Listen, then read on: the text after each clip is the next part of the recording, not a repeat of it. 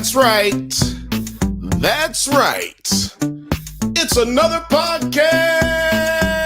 You are watching the Drunk Bantha's channel, the Nerds at Night channel. And I am your favorite cousin's favorite cousin, Bill. And this is the Bantha Bunch Show. Let's go. Let's go.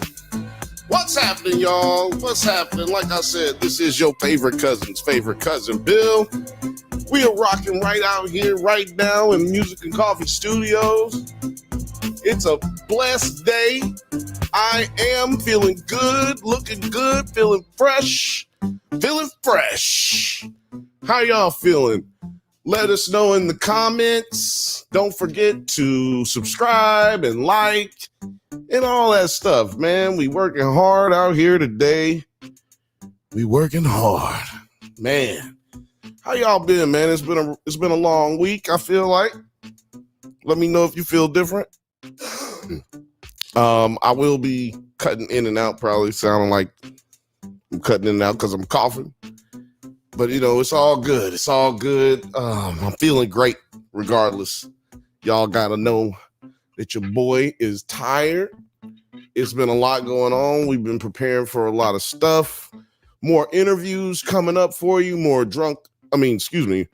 interviews and more Does It Hold Up episodes coming out. It's going to be a great, great time. But let me go ahead and give y'all a round of applause real quick. Shout out to everybody watching. And shout out to all the new members out there. What's up, Talking Turd? I'm supposed to send you a link. Let me send you this link here and just right now. I don't know if you're even prepared to do nothing today, but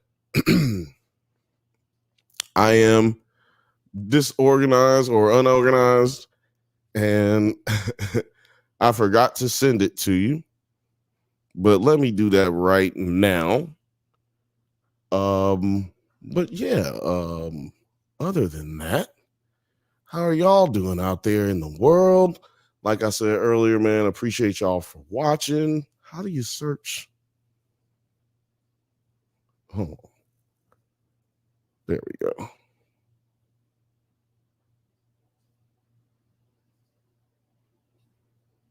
Bing bong. Oh shit. I didn't see your messages here either. Very bad. Very bad at stuff. But yeah, I just sent it over. Sorry about that for all the listening audience. Again, we do this every Thursday, 7 p.m. Pacific time. Every Thursday. The Bantha Bunch Show. Where we going to talk about a lot of stuff that's happened through the week. You know, because I was wondering about that the other day. Like, yo, what is this show about? Basically what I came up with is this show is about the things that have happened through the week, and we basically speak our minds about things that we really can't get to in the podcast. What podcast you said? Oh, that's the Drunk Bantha's podcast every Monday at 8 p.m. Pacific time. It's every Monday, and it's always Pacific time ratio because we're out here in LA. Today was a beautiful day. It rained in a couple of places, but it was chill. Oh, and we got shit going on. We got shit cracking because we got the penny cam going. You know we're gonna have the penny cam going today. Hold on a second.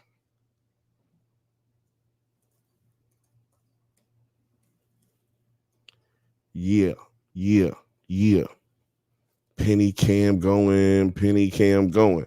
Y'all say hi to Penny in the comments if you are a real one. But anyway, let's go. Who's in here? Oh, it's Othelius. The world became one episode of The Boys. Yes, sir, it did. All over the world, too. Great point. But yeah, shout out to excuse me, shout out to all the new members. Just want to say, man, y'all can see who's in here, who's a member.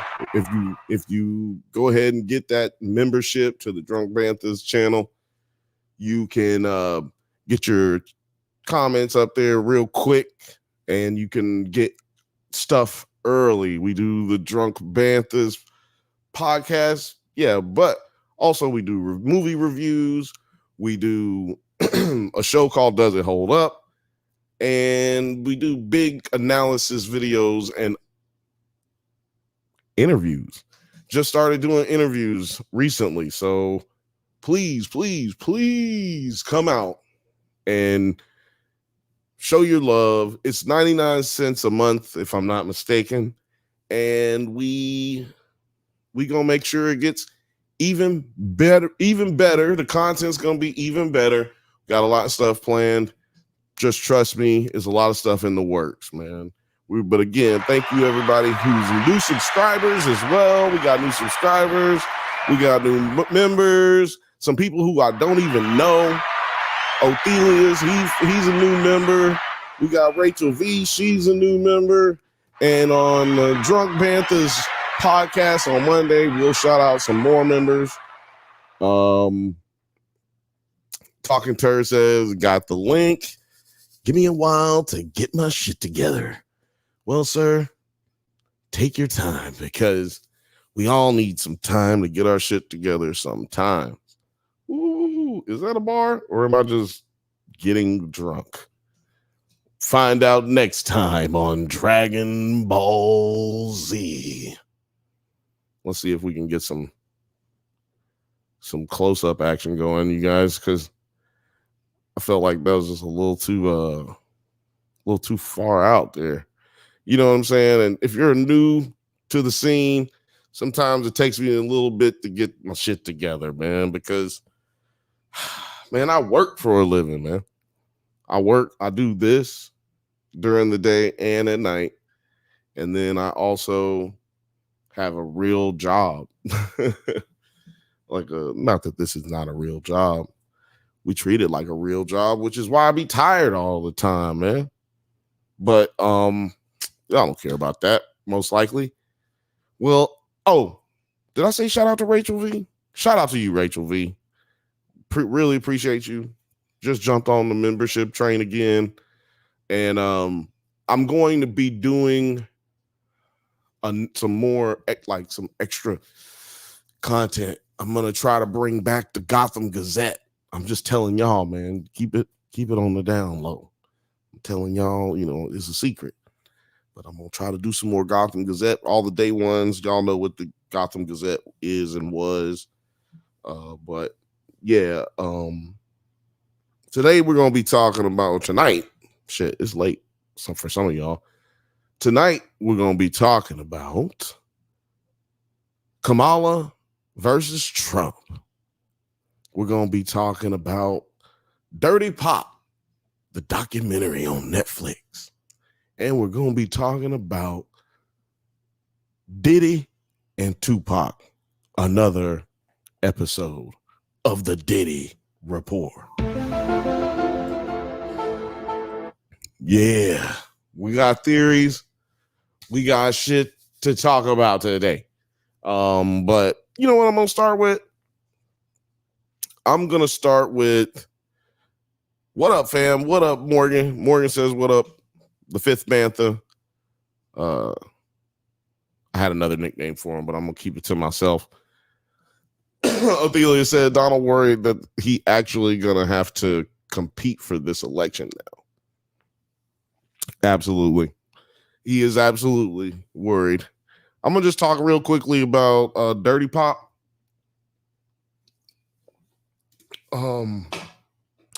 Dirty Pop on Netflix. It's about the guy who created all the pop bands, the boy bands. What's the name of this shit? Lou Pearlman, that's his name. Yeah, I knew his name was Lou Pearlman, but I was trying to make sure, you know what I'm saying? Nigga don't want to be wrong or look stupid, really. That's all. I don't care about being wrong. I'm wrong all the time.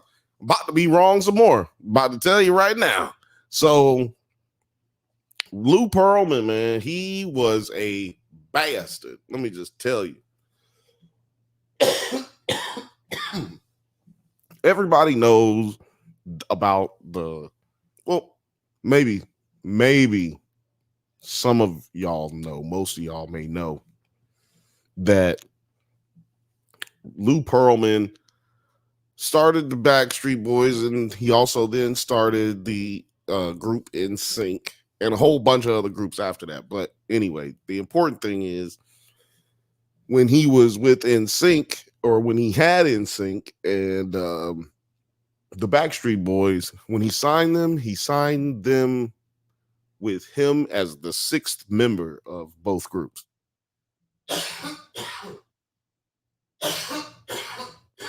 Sorry, man. Damn. For some reason, hold on, man. Let me drink something real quick.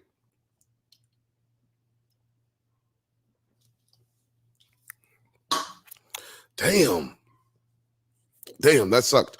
But yeah. So yeah, Lou Pearlman, he he made himself the member of both groups. So he gets paid not only for being their manager and producer, but he also was getting paid as if he was an artist, like as if he was one of them. And one of the dudes in NSYNC, man, he said it so clean. The shit was funny. He was like, when we got our first check, I was so happy. And I was looking at the check and I saw it and it said $10,000. And I was just like, man, that's more money than I've ever had in my entire life. Like, I've never seen this much money at one time. And then he said, JC, one of the members of NSYNC, he said, yo, how much did you make working at Bennigan's a year? And then he looked at the check, then he looked and he thought, and he was like, fuck, I was making more money working minimum wage plus tips. You know what I'm saying? That's not funny. Cut it off. It's not funny. It's not funny. Niggas is out here hungry and you give me a $10,000 check and I've been busting my ass and we done went platinum all over the world and done world tours and I get a $10,000 check. Let me tell y'all something, man. It just goes to tell you it's a story as old as time. When you're an artist, you broke. You broke as hell all the time. Okay? It sucks. Quit believing these niggas. Quit believing these rappers, these singers, these rock musicians, these country singers, whatever genre you think it is. If they tell you that they rich, they lying. They getting money and then spending it all at one time and then having to recoup all their money back to these record companies. And then the record company turn around and don't even really pay them what they supposed to get paid. I'm just saying. It's a tale as old as time, but some of y'all out there might need to hear that. I don't know.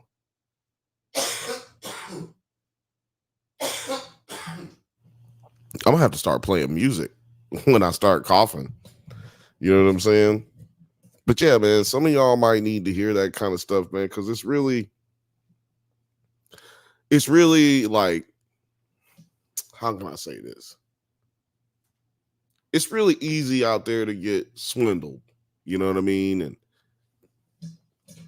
that's what happened in this situation, man. You know, somebody can take advantage of you, seeing that how much you really want something, see how passionate you are about something, and they want to like prey on that feeling that you have, prey on that idea that you'll do anything just to have success and money, things that you think that you would never do before. You know what I mean?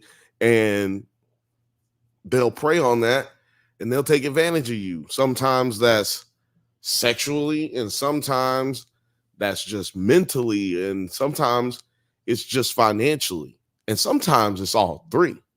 But you just got to be careful and make sure you stand on everything that your principles in life, and never put yourself in a position where somebody can try to take advantage of you. That's all you can try your best, and that's all you can really do.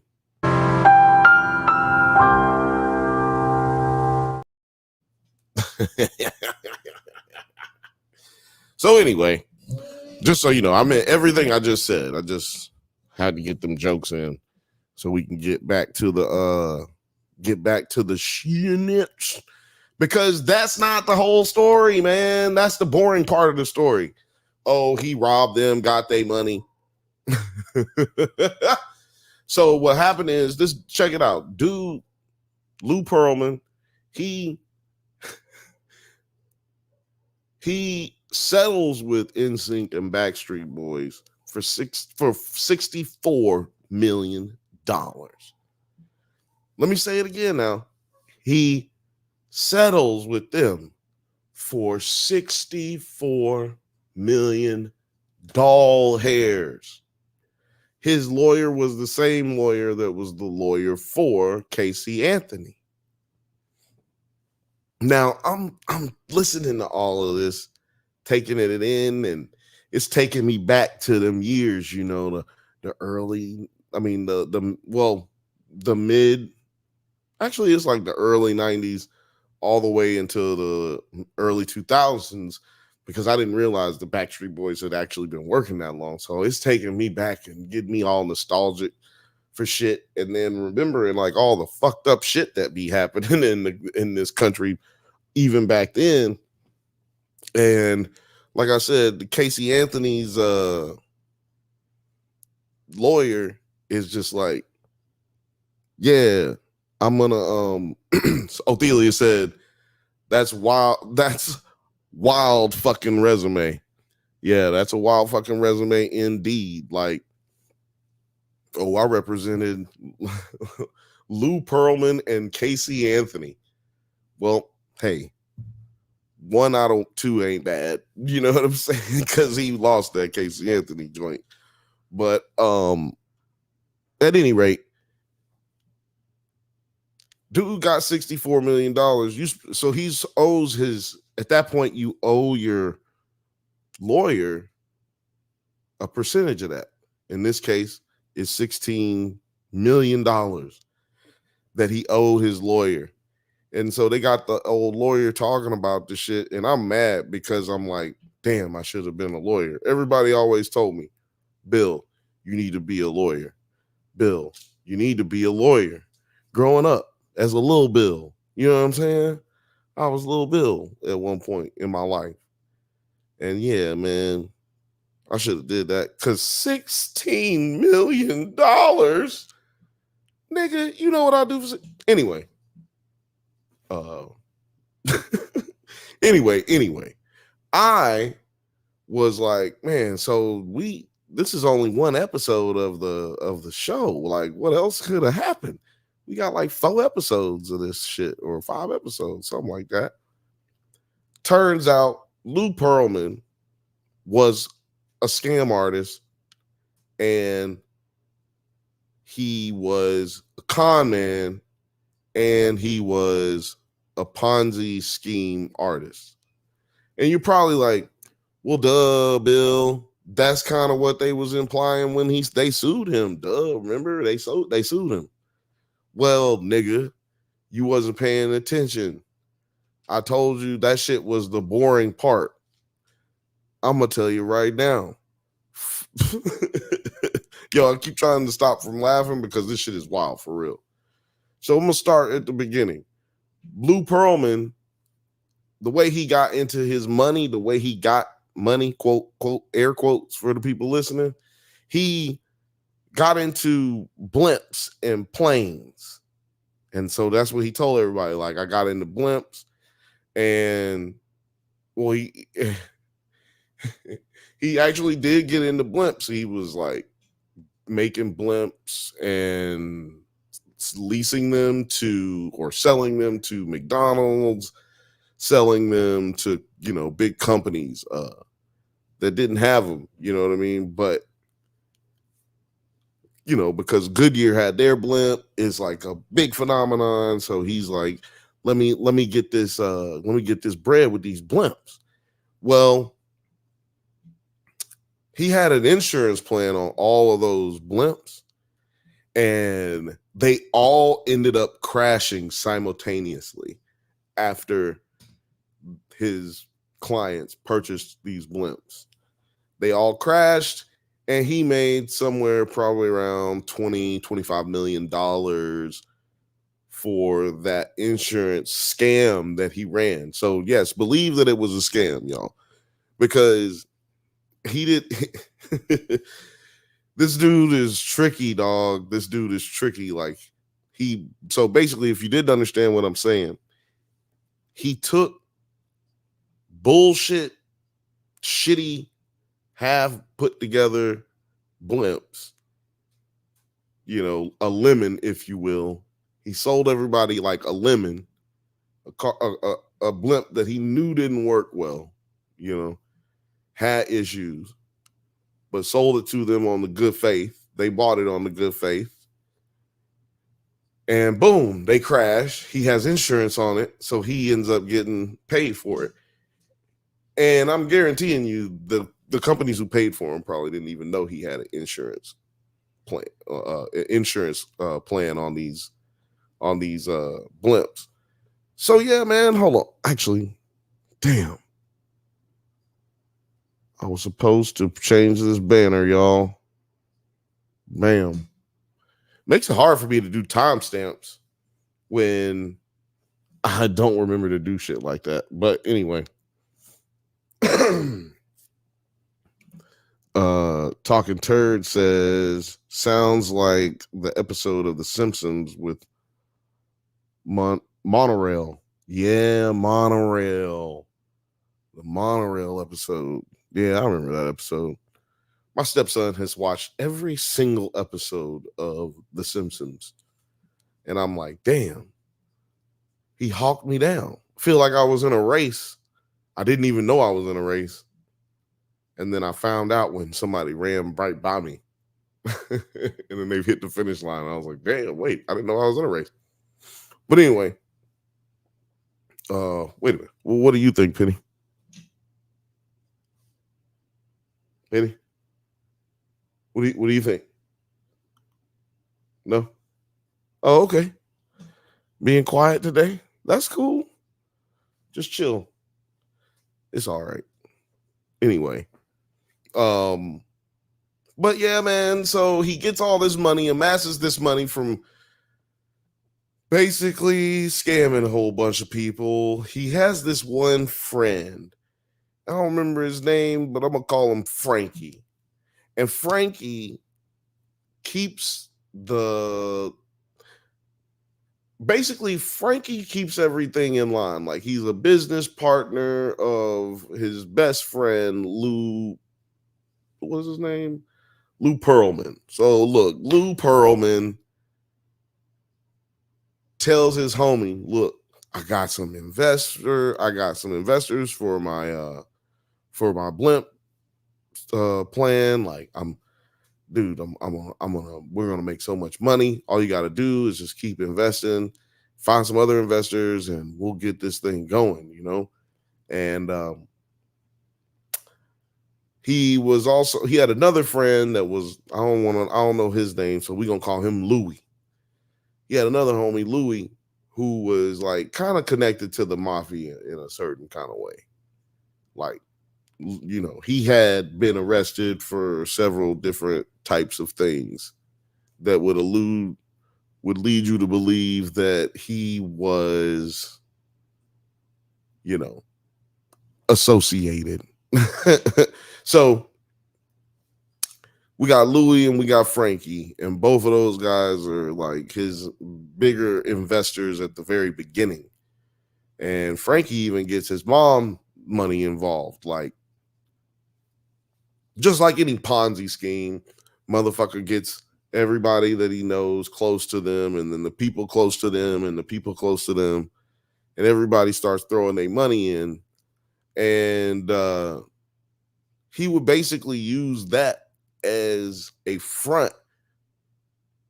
Not that company. He would use the blimp company as a front for his investment company that he's doing. That's a Ponzi scheme.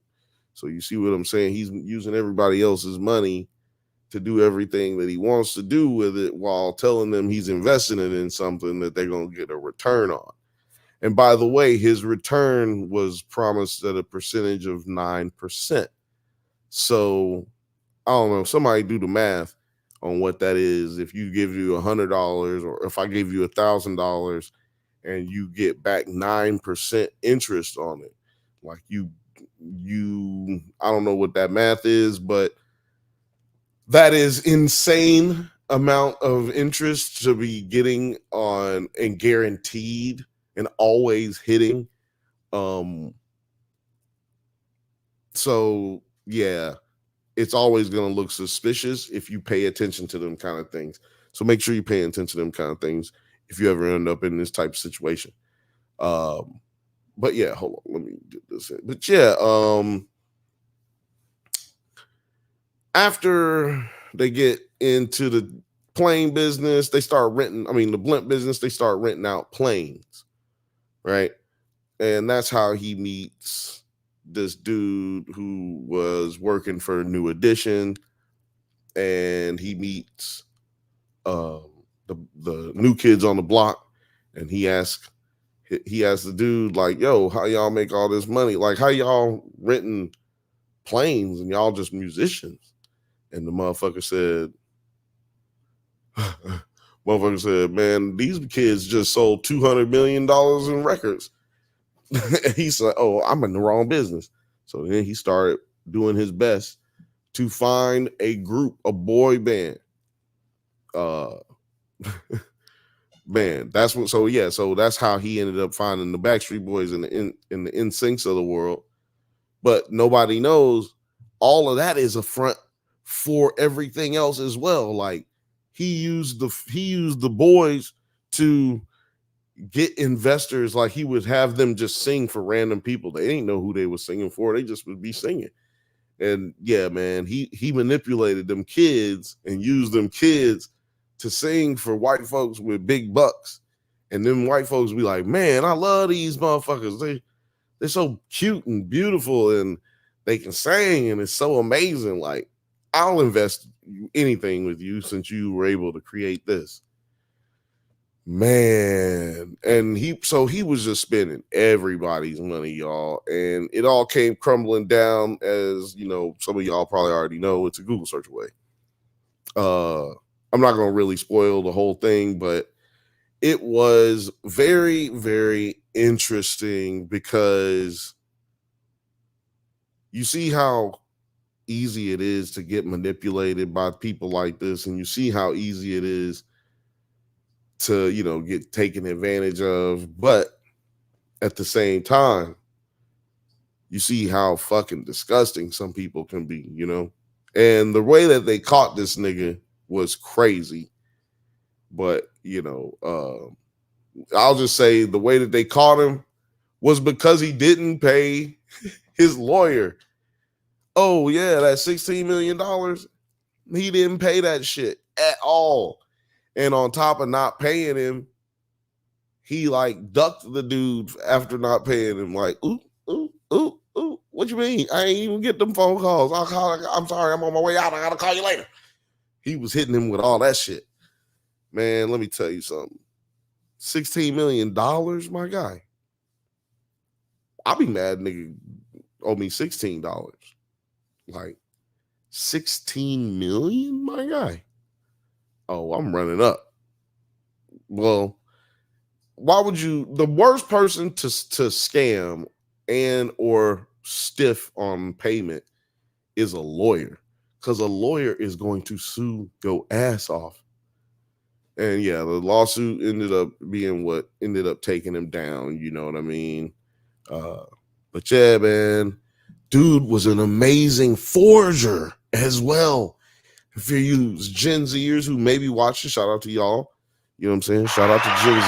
Shout out to Gen Z.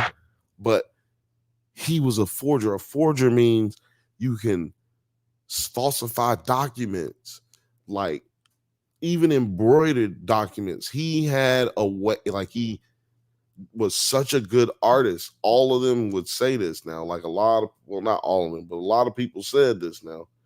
They were like, he was such a good artist. He could just sit there for a little while and write up a bank emblem and be like, does this look real? Boom. Like killing it and like making little digital invoices look like the little digital numbers, how they look sometimes. I don't know if y'all know what I'm talking about, but he would make the shit look like it got printed out of a computer for real. And this is in the all through the 80s, 90s, and in early 2000s, like to like 2010, 2009, something like that. Man, they said that your boy Lou Pearlman was the longest running Ponzi scheme of all time in the United States of America. He stole over $500 million from people in that span of time that I was just speaking on. And he also had his homie Frankie pass away because he allegedly committed suicide. Now, when I say allegedly, I say that because they said in the doc that he believed that Frankie was killed by somebody, but he didn't know who. And he wouldn't say anything other than that. And I believe that Frankie was killed because I believe that Frankie was killed, in my opinion, because he was distraught and people were talking about how he was just kind of like having it. He was kind of done with Lou, and he approached him at a steakhouse, at Lou's steakhouse, Lou Pearlman's actual steakhouse that he had. He approached him in front of everybody, and he was just like, man, you don't know what the fuck this dude's doing. He's fucking gonna fuck everything up. You're a fucking sick dude, blah, blah, blah. He leaves. A couple nights later, he's dead. So I'm gonna just say that you got to watch the documentary to maybe understand that a little bit more. But just trust me. Unlocked KP, what's happening? Shout out to you, big dog. Unlocked KP says he was playing GTA. Yes, this dude was, man, he was playing a dangerous game. Oh, he was playing a dangerous game. Dude had some serious issues, man. Like a lot of people talk about how he abused the kids. They didn't really go into this documentary because they felt like, well, I mean, everybody who they talked to said that they didn't really experience anything like that. Like they had the Backstreet Boys on there, they had NSYNC on there. Not everybody from both groups, but they had other groups on there, and nobody said anything about being touched or anything too weird. But like they also said he was weird though. So I don't know how you want to take that. Take it with a grain of salt, I guess. But I don't know what y'all think. Did anybody see it? Anybody see it? Anybody see? No? Put it in the comments. If you're watching right now, shout out to y'all. You're watching the Bantha Bunch Show. This is the Bantha Bunch Show on Nerds at Night and on Drunk Bantha's channel. Oh, also, there's people watching on Instagram. So shout out to, I think there's people watching on Instagram. Shout out to everybody on Instagram if anybody's watching. because it's not showing me Instagram on here. But and also, if you're commenting on Instagram, just know can't see your comments because I'm not on there. I'm not logged in right now. Maybe I should do that. I'm gonna log on to Instagram, people. Just give me a second, Instagram people. And we just got Instagram on Nerds at Night as well. So it's nerds underscore at night, NITE. That's nerds underscore at night, NITE, man. Get on there and hang out with us. We got some good content. Your boy Terry, producer T, he's been posting stuff about Comic-Con. He had a good time out there. Go check out that content, man. Help us out a little bit.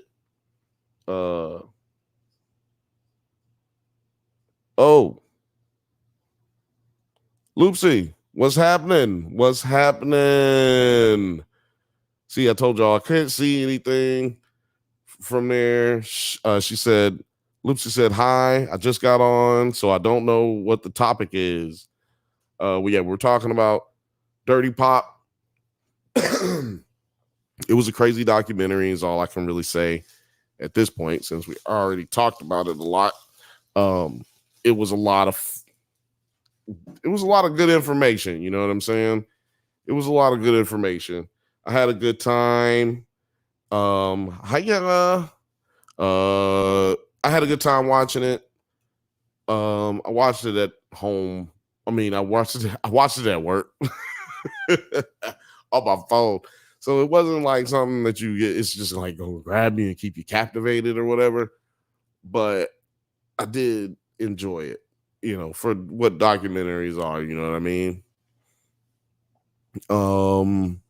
Let's see here.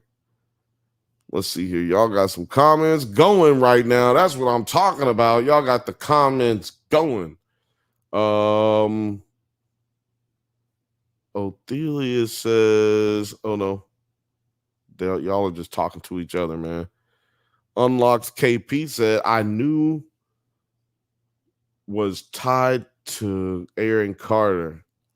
Yeah, it was. There's the Aaron Carter, Nick Carter stuff.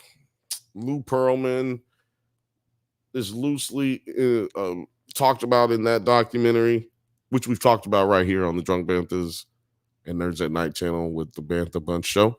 We've talked about that here. But there's a lot of speculation that I won't really go into since we already talked about it before. Talking Turd says story sounds familiar, but haven't seen it. I think he's talking to. Oh, he's talking to me. Fifth Bantha said Othelius and I are rarely behind the ball. We gotta catch up. Yeah. Y'all need to catch up on everything. We're gonna be covering a Batman animated series that just came out on Prime. We're gonna be covering that coming on Monday on the Drunk Banthas podcast, 8 p.m. Pacific time. And we're gonna be talking about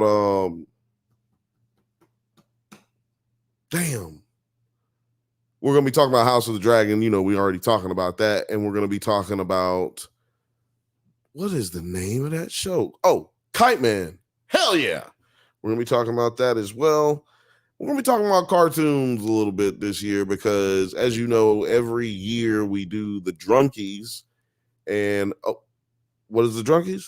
The Drunkies is the Drunk Banthas award show that we love to bring to you. You see, the Oscars, they don't be having the categories right and shit. And they don't got new categories, So we got you, man. Anyway, you can check that out on the channels and whatnot. But yeah, you guys definitely need to come hang out with us because we're also going to be talking about the Lord of the Rings TV show. I can't remember the name of these shows. So we're going to be talking about the Lord of the Rings TV show, and we're going to be talking about some other show too. I get mad when I forget these things, but it's written down, so I don't need to worry about that. Definitely gonna peep that Batman show. No, we gonna catch Batman, man. Talking Turd, let me know when you get your camera ready. But yeah, Rachel V said, heck yeah. Or she said, heck yes for the listening audience. But yeah, yeah, man, you guys gotta get on it and be, not the people I just mentioned. But you guys gotta get on it and fuck with us, man. It's a good time. I promise. Now, I got 2 topics that I could talk about from here on out. And I think y'all gonna have me talking about this one all night. You know what? I'm not gonna talk about that one first. I'm gonna talk a little bit about Diddy and Tupac. Rachel V says the drunkies are way better than the Oscars. Thank you, Rachel V. So y'all don't know this, but I'm the host of the drunkies for the last 2 years. So maybe we'll get a different guest host this year. Ooh, I've got an idea. I'm not going to share that with y'all because it might not happen. But anyway, Puff Daddy, Diddy, Sean Combs, Sean Bartholomew Combs. No, I don't know if that's his middle name, but he's in some more news this week, man. I don't know if y'all saw this, but they talking about how your boy Diddy has this gentleman, murderer, Keefy D, talking about him in court earlier this week. It said that he was mentioned, he being Puffy, Diddy, Sean, he was mentioned in the courtroom 77 times. Man, that's a lot of times. And that's including all of his names. That's why I kept saying that. Diddy, Sean, Puffy. And, well, I should play a clip from it just so y'all kind of get a little gist, but I'm going to be honest with you, man.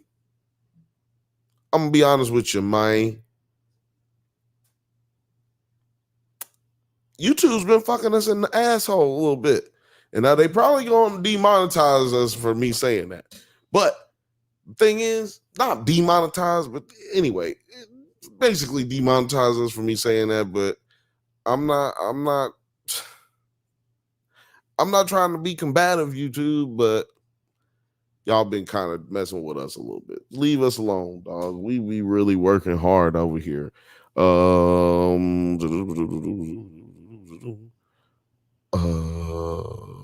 Talking Turd says, will there be a satanic opening ceremony to the drunkies? Will there be a satanic ceremony? I don't think so. Not this year, maybe next year. Ophelia says, I'm at the point where if I hear Suge or Diddy's names, I'm assuming they guilty. Yeah, I'm not going to say that that's a bad assumption. I am going to say that I do live in Los Angeles, so I don't like to talk crazy about Diddy because he might send somebody to my crib or something. I don't know that. I don't know. But what I do know is what's in the news. And that's what we can talk about. So Keefy D said that he killed Tupac. He already said it. Well, he said he was in the car with the people who killed Tupac. Who is it? Orlando something. Can't remember his name. He's the one that's allegedly actually pulled the trigger. Keefy D was one of the people in the car, and they say that another gentleman was the one driving. Now, the thing about this is Keefy D is the only person who is left alive that was in that car. So what we know from that is Keefy D could be lying. He could have been the actual one who actually pulled the trigger. He's just saying that he was in the car and that they received $1 million, or Orlando Anderson. Thank you, Othelius. Orlando Anderson. That's right. So Keefe could be lying, man. That's really, honestly, that I think is a little bit of that. Honestly, I think Keefe's lying a little bit so that he don't end up putting himself in prison, or he was. But then he ended up having things that weren't consistent. This nigga wrote a book. First of all, this nigga wrote a book about how he killed Tupac, or how he was involved in Tupac's killing. The absurdity, the ego, the absolute unmitigated gall that this motherfucker had. And so, look, a few years ago, he went on like a book tour, basically. He was on all the media. He was on DJ Vlad, all kind of shit. Y'all know if you go on Vlad, if you go on Vlad, you are going to jail. You're getting an indictment at least. Come on, man. Ain't nobody falling for shit like that these days, is it?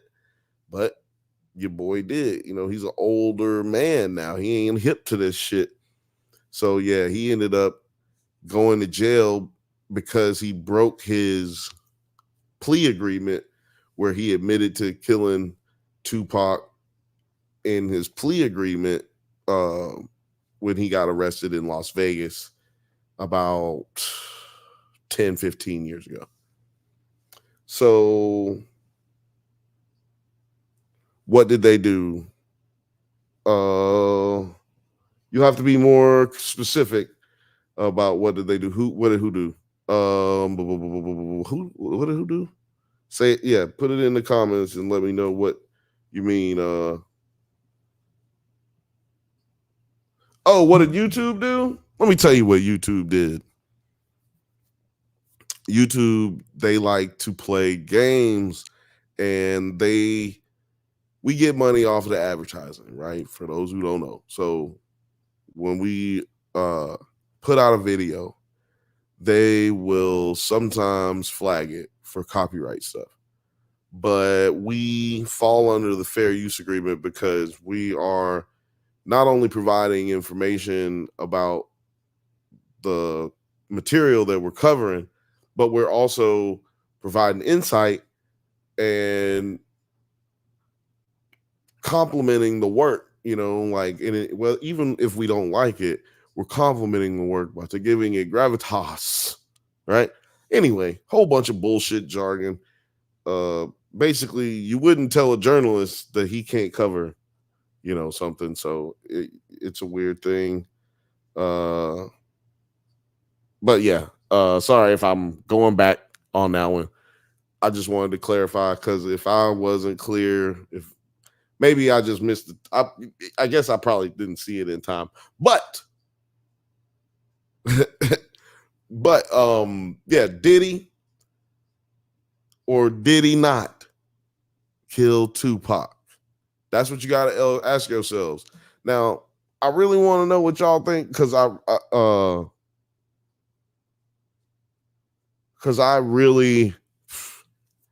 already can tell you, I believe that the nigga killed Tupac or had him killed, which is the same thing, right?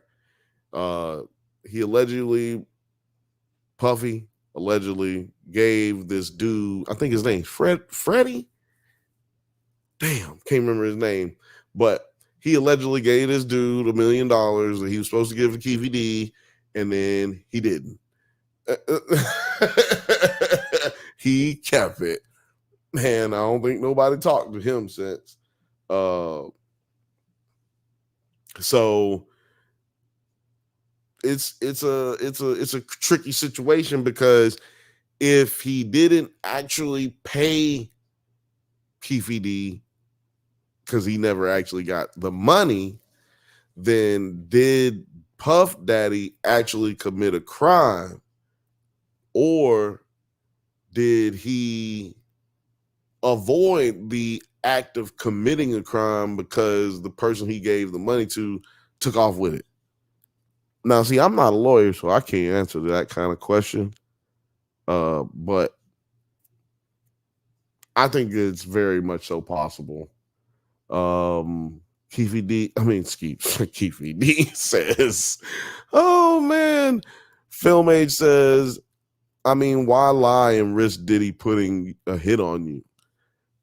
Exactly. I mean, look, you could like, if you want to play devil's advocate, you could say, oh, I'm gonna lie because I want to get time off of my own case that I have. And even if Puffy puts a hit on me, like, I don't want to die in prison type deal. But who knows, man? Who knows? Maybe he feels like he's protected enough. He can protect himself enough so that he won't have to worry about no hitmen running up on him. I don't know what the case is, but like I said, I agree with you. You know, like, I agree with you. Like, I think that he did it. You know what I'm saying? Talking Turd says they do like to play games. I have had plenty of content and even a channel removed from YouTube in the past. And yeah, man, he was telling me about that last week. So yeah, it's an issue, man. It's an issue out here in the YouTube world for real. It's a struggle. But it's a it's a first world struggle. Othelius said that nigga did it. That nigga did that shit. I'm just telling you, it's a general consensus, right? Like, for the last 20 years, when did that happen? Did that happen 30 years ago? 28 years ago? Something like that. Talking Turd also said, I think the record companies had them off and created a story to sell records. I think that one is that's a plausible theory. You know what I'm saying? Hold on. I'm not even hitting the button. What's wrong with me? I think it's plausible that I think, you know what? But who paid the money? And why did the money not get there? So is anyone truly culpable outside of the people who pulled the trigger? That's what you gotta ask yourself. Because even if Puffy said, hey, nigga, go over there and kill that nigga. Well, you know what? Maybe that is illegal as well, you know, because that's what Charles Manson's in prison for, right? Like, or was in prison. I guess he's dead now. But that's what he went to prison on. He told some people, hey, go in there and do this. And they did it. And then they all went to jail. So maybe and he stayed in jail. They got out. So maybe that's how that works. I'm not really hip to that level of law. You know what I mean? But it's a real, what do you call it? It's a real conundrum, man. Because you want justice. You know what I'm saying? Like, you really do. We all hate how the police be fucking shit up, and we all hate how, like, the prosecutors be over prosecuting and whatnot. But like, when it comes down to at the rawest of the raw, we all want to feel safe. We all want to be protected. We all want to make sure our loved ones are protected as well. And you want to see justice done in situations. And Tupac's family deserves some justice, right? That the Shakur family deserves some justice. His people who run his estate, which is his family members, they deserve to be able to, put a face to a situation so that they can then that face can be held accountable, and that they can move on with their lives to a certain degree. But Tupac and Biggie's murders have never been solved, man. Man, we done solved all kind of shit since Tupac and Biggie got killed. Nigga, hepatitis B is curable now. You could take a goddamn shot or a pill. You could take a pill and motherfucking get rid of hepatitis C right now. like in 12 weeks and shit. That's crazy. What we ain't figured out if Biggie and Tupac got murdered. We ain't figured out who they murderers are. Excuse me.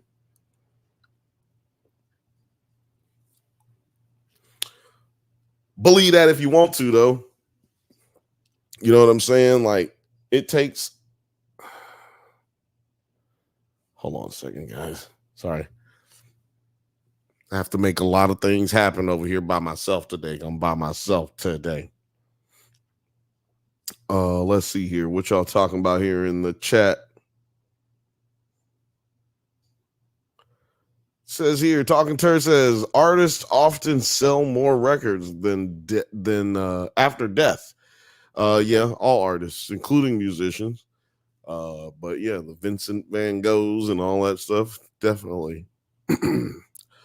Unlocked KP says some record labels take out life insurance policies on artists. That is also true. Wild shit, right? Like, how did you know? How can you take an insurance policy out on me without my permission, basically? But it happens all the time. It's really crazy. Unlocked KP says poetic justice. Where's my damn Kendrick drop? You know what I'm saying? Othelia says, at Talking Turd, that's why I feel like Diddy had something to do with Big's death. Now that's a good segue. Little Frothy throwing out kisses. Hey, what's happening, little Frothy? Little Frothy. Segue. What happened? Man, god damn it, I keep fucking this shit up. Did Diddy have Tupac killed? I should have had this up a long time ago. I keep messing up, man. But we gonna get it together. But yeah, the segue into that Othelia's lobbed up that I kind of missed is, did Biggie get killed by Puff? Did he have any idea that Puff might have been involved with Tupac's death?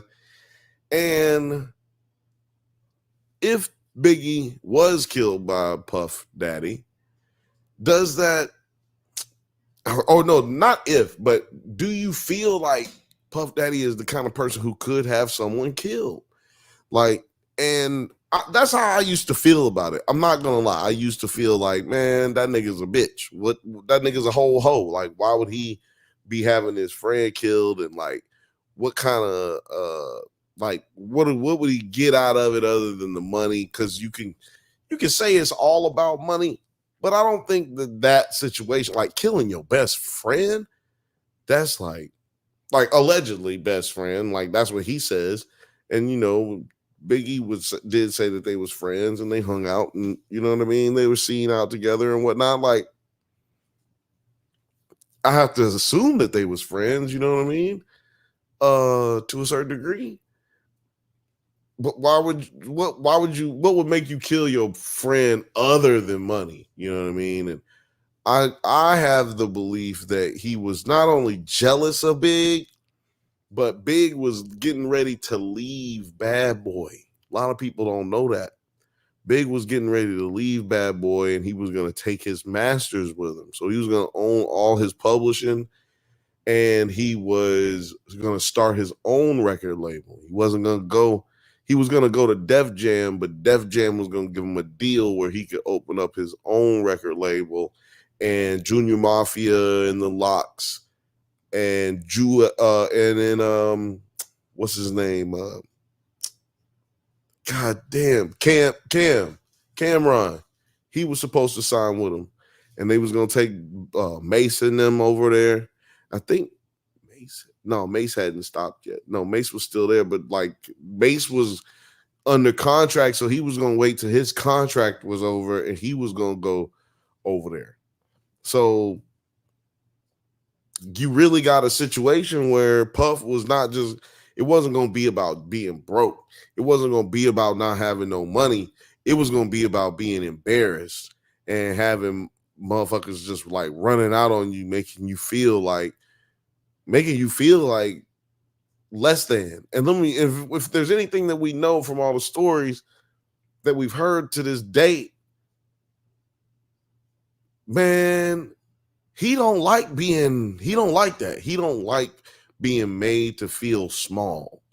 He don't like that kind of shit, man. Puff Daddy, we've talked about it here before, but man, when he was at Howard, this dude was at Howard, and he was like, he would go to this girl's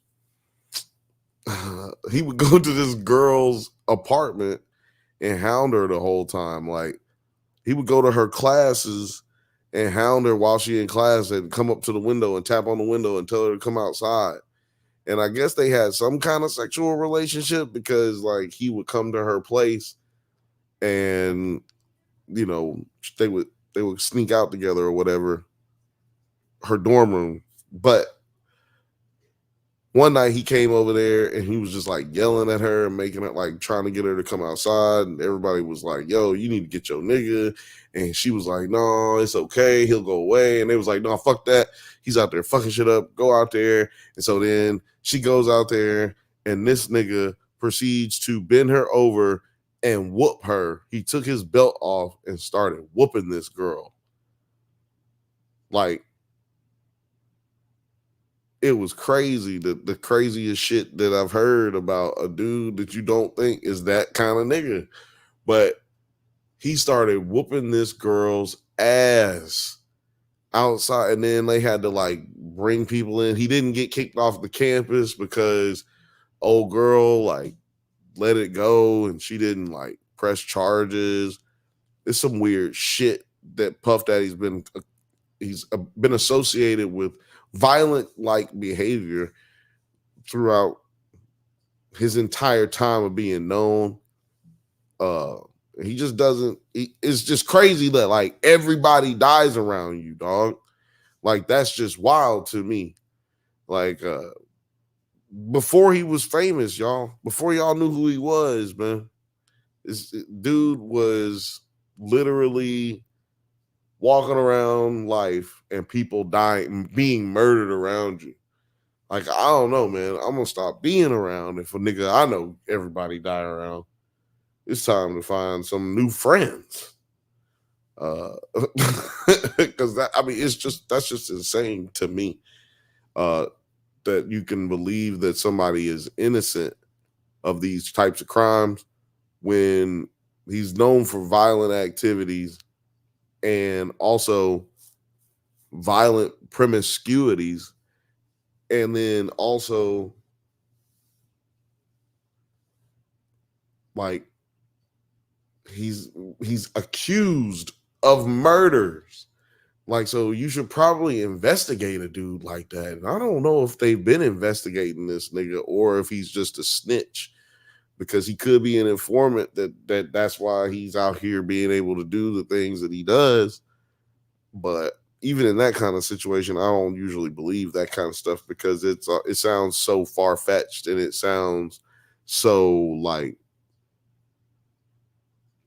movie Hollywood shit, you know? And sometimes that ain't necessarily always the case. Sometimes it's the most simple answer. Occam's razor, isn't that what it is? Sometimes that's just the easiest thing to go off of. Othelia says, this nigga Diddy grew up with ties to Frank Lucas. He definitely could have that happen. Exactly. Ties to Frank Lucas. I believe his pops was under Frank Lucas. His pops was like a popper for Frank Lucas. So yeah, he is. I'm not gonna say that Puffy is that nigga, but you don't want to fuck with that nigga. Like, stop. Talking Turd said Michael Jackson owned the rights to his Beatles records until he died, and then Sony absorbed them. I am a bit vanilla when it comes to rap music, but Tupac and Biggie seemed legit. Puff Daddy seemed more Will Smith than gangster, and that is true. That was a persona. But like Othelia said, this nigga Diddy grew up with ties to Frank Lucas. So yeah, like when you factor all that kind of stuff in, man, when you factor all that kind of stuff in, people can sometimes be showing you a part of themselves and hiding. Some people could show you a part of themselves only to hide another part of themselves, is what I'm trying to say. Some people will only show you the good so that you never see the bad, or you never worry about the bad. Like, it never even concerned you. It never became something that was on your mind, because you always see the good in this person. This person always got their best when they're involved with you, but they don't necessarily got their best going when they behind closed doors doing crazy shit, beating up women. And I don't know if y'all heard about, finger popping niggas. When you finger popping niggas, I just, first of all, get it how you live. You know what I'm saying? Like, sexually, if you like doing whatever you like, as long as it is not hurting anybody, it's not taking from anybody, and you're not like doing violent acts to anybody, you should just go out there and do what you want to do. And I'm with it. Like, I'm not going to do it with you, but like, you should go out there and do it. But like, the things that he's accused of, man, that shit is disgusting. And nobody should be dealing with nothing like that ever. Mr. Marcus, what is happening? On Instagram. Go on the YouTube if you're on Instagram, and we will join. You can join the chat. We don't know what's going on if you're chatting on Instagram. I don't even know why I'm going on live on Instagram, to be honest with you. If you can't fucking chat, what's the point? But I am looking at the chat, so shout out to y'all who are over there. But anyway, I don't know if y'all saw this, but like, allegedly some excerpts from a book that Kim Porter, Puff Daddy's ex-wife, his first wife, Kim Porter had a book that she was writing, apparently, and allegedly the excerpts for that were leaked earlier this week as well. And it basically just talks about how, you guys can go check it out if you need to. I don't have it in front of me. I don't have the ability to read it right now, and it was a bit too long for me to want to read here, and graphic, because it describes him assaulting her physically, and then her waking up after a chair hitting her, after he threw a chair at her, I should say. She woke up with her arm broken in a sling, and like, how it be when y'all you see them dudes in the movies, they done fell out of a window and then they get into the hospital and they like this with their neck, with the neck brace and all that. Man, he did that lady like that, man. And then he made her lie about it. And then he helped her rehab to the point where he ended up getting back into her life sexually. And he was already seeing other women.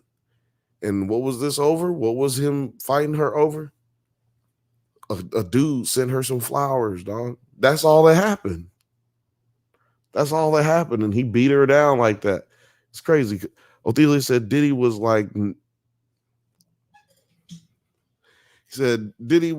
Naaman from The Wire. Oh, Naaman for The Wire. He's not hard. He grew up relatively privileged under someone who was so so he did this to compensate. The abuse might also be learned behavior. Exactly. I believe that wholeheartedly. And the way he acts, it could have been like someone in his family, because he acts like his behavior is normal. And And when people act like the behavior is normal, it's usually because you grew up around it, not because you've deemed it normal in your mind. It's usually because you've said, oh, I saw this happening. I saw that happening. This must be how it's supposed to happen. And of course, that's just not true. And it messes people up as they become adults, and then they start affecting the way other people can develop as a human being. Because when you deal with stuff like that, when somebody sexually bassaults you, man, that is some devastating shit, and some people don't never come back from it, man. Talking Turd says music/movie industry and MK Ultra. Yeah, maybe. You know what? I'm gonna have to start hitting this button anytime something crazy is said, because y'all be coming up with some good conspiracy theories. You know, I thought I was the only one who come up with really good ones, but y'all be outdoing me sometimes. I'm not. Don't tell nobody that. God damn it! I got a reputation to uphold.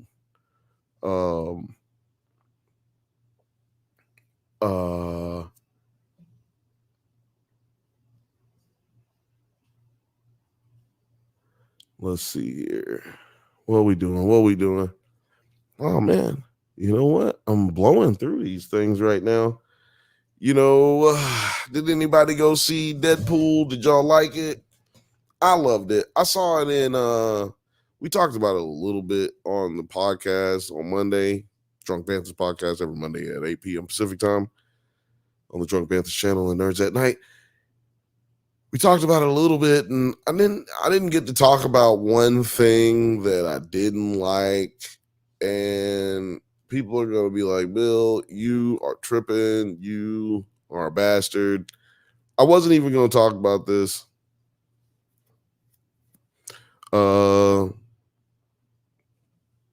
Before we jump into it, I do want to hit this one.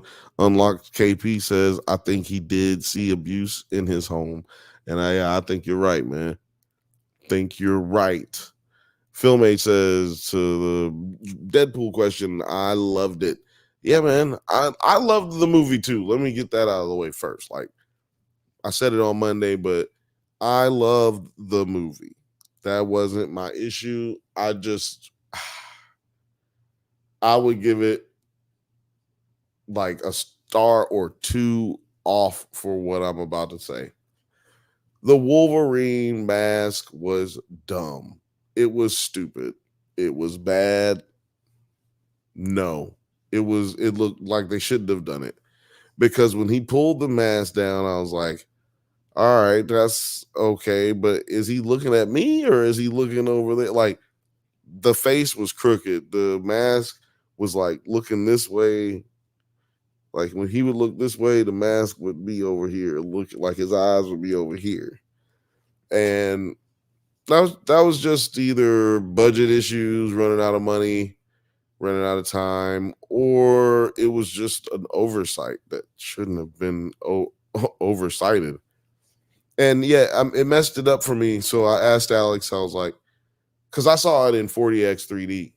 So I'm thinking maybe it was the 3D version. Maybe I was like, I can't really wait till go see it again, because there was a couple of other issues other than that CGI that I was talking about. There was a few other issues that I had, and I just felt like the CGI was bad. I felt like the mask was bad. They should have gone practical if they were going to go with it at all.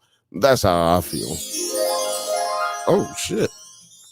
There's a ring at the doorbell, you guys. Hold on a second. Hold on a second. Jeez. Hey, it's Terry, producer T, the clone, and look at what he's done. Look at what he's done. He shaved his fucking hair off. What in the world? Is sexy all the way back? Starting the ball. I've been wanting to cut my hair for months upon months, but I had to keep it so I could hook it up with that glass cosplay. Only for the entire fucking world to tell me I should have been a pimp named Slickback instead. So felt real down about that. But And this is the reaction that you had. This is I said, yeah. But no, I've been wanting to cut my hair off for a long time. I usually don't grow it that long at all. But since I was holding it up for the cosplay for San Diego, I was like, shit, I got to keep it for the summer. Now that that's done, I can finally go back. All my hats fit me now real well. I don't have to like straighten them up and all, go up a couple clicks. Yeah. The big hair problems. Right? It's not hot anymore.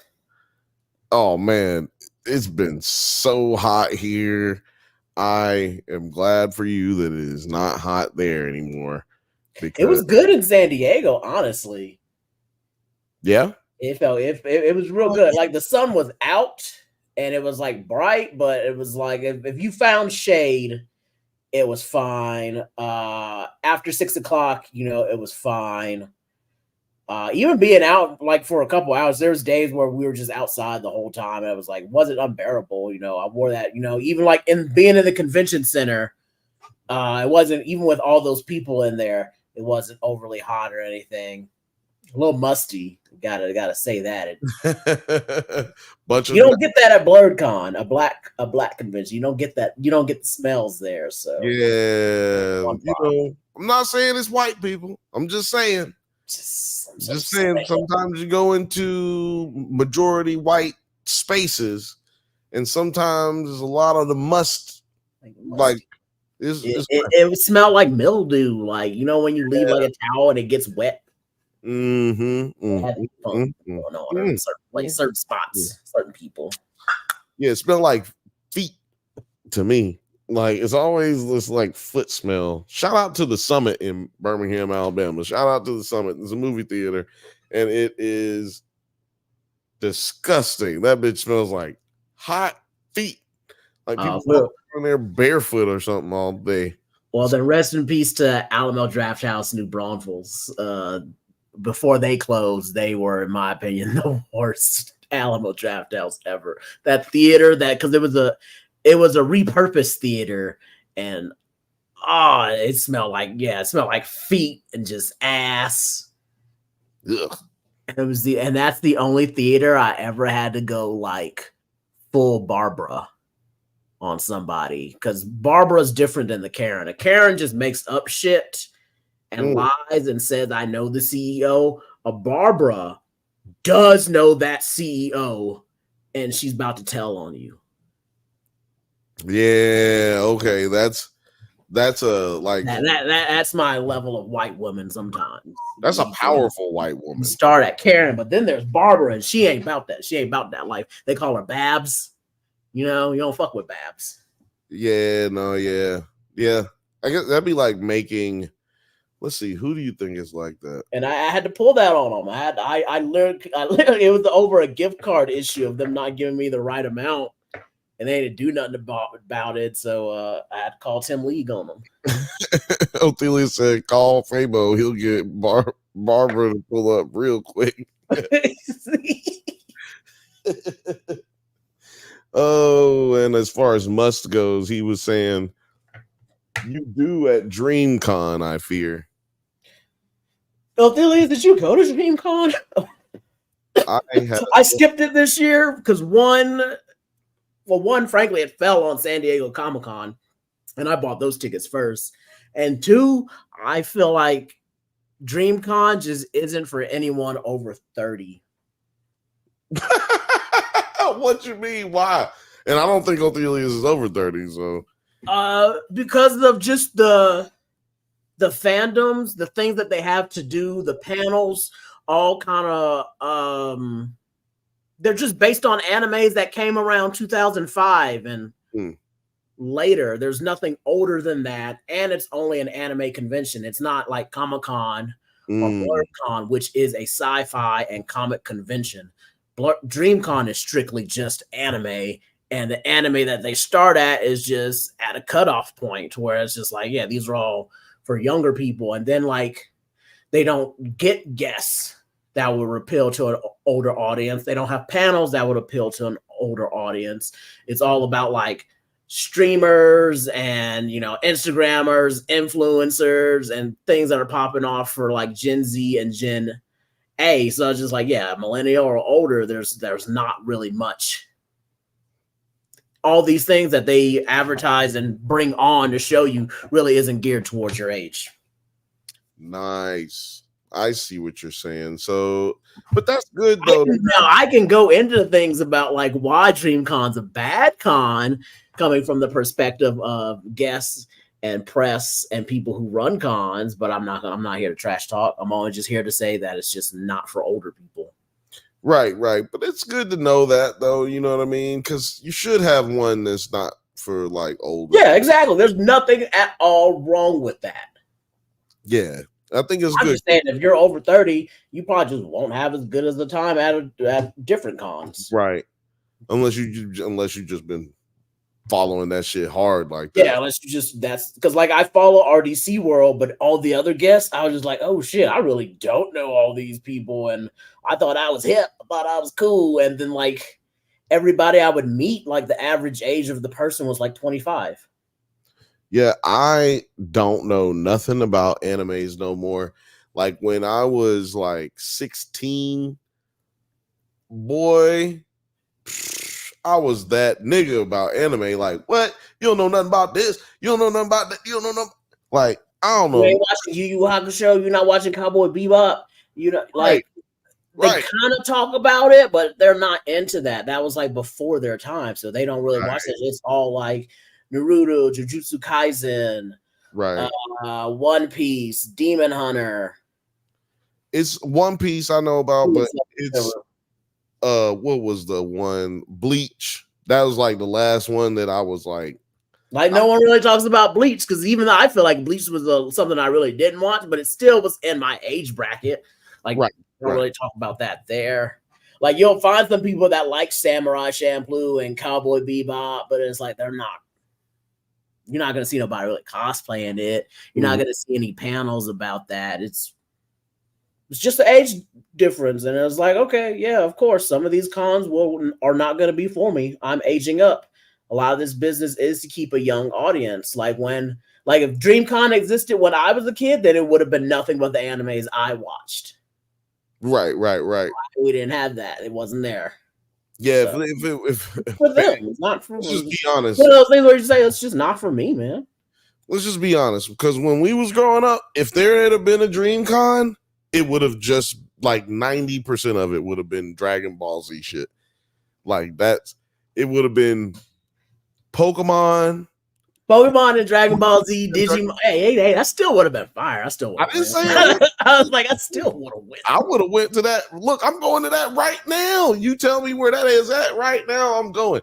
I'm gonna tell you, look, this is because like I said, I'm not a big anime person, but like when like literally television that I grew up with, like it was on public television, like you know what I mean? Like, yeah, I guess what they call that, public television, when it's just like the four major networks, you know. We would just watch Sailor Moon, and we would just like, because you watch this or you watch the news or some shit, you know what I'm saying? So it was like we got to watch Sailor Moon, we got to watch Pokemon, and we got to watch Dragon Ball Z. Oh, don't forget about Ronin Warriors, and then we got to make sure we watch Gundam. It's like, yeah, we would have had all those. See, that sounds like a great con, Toonami Con. If they did an old school Toonami Con, fool. we you know what? I know some people. I might pitch that one. Yeah, I'm like, how do we get a con started? Like, we should get a con started, but we should get it done in Chicago so that I can stay there for free. We should get them to do it in Chicago. That way we don't have to pay for a place to stay.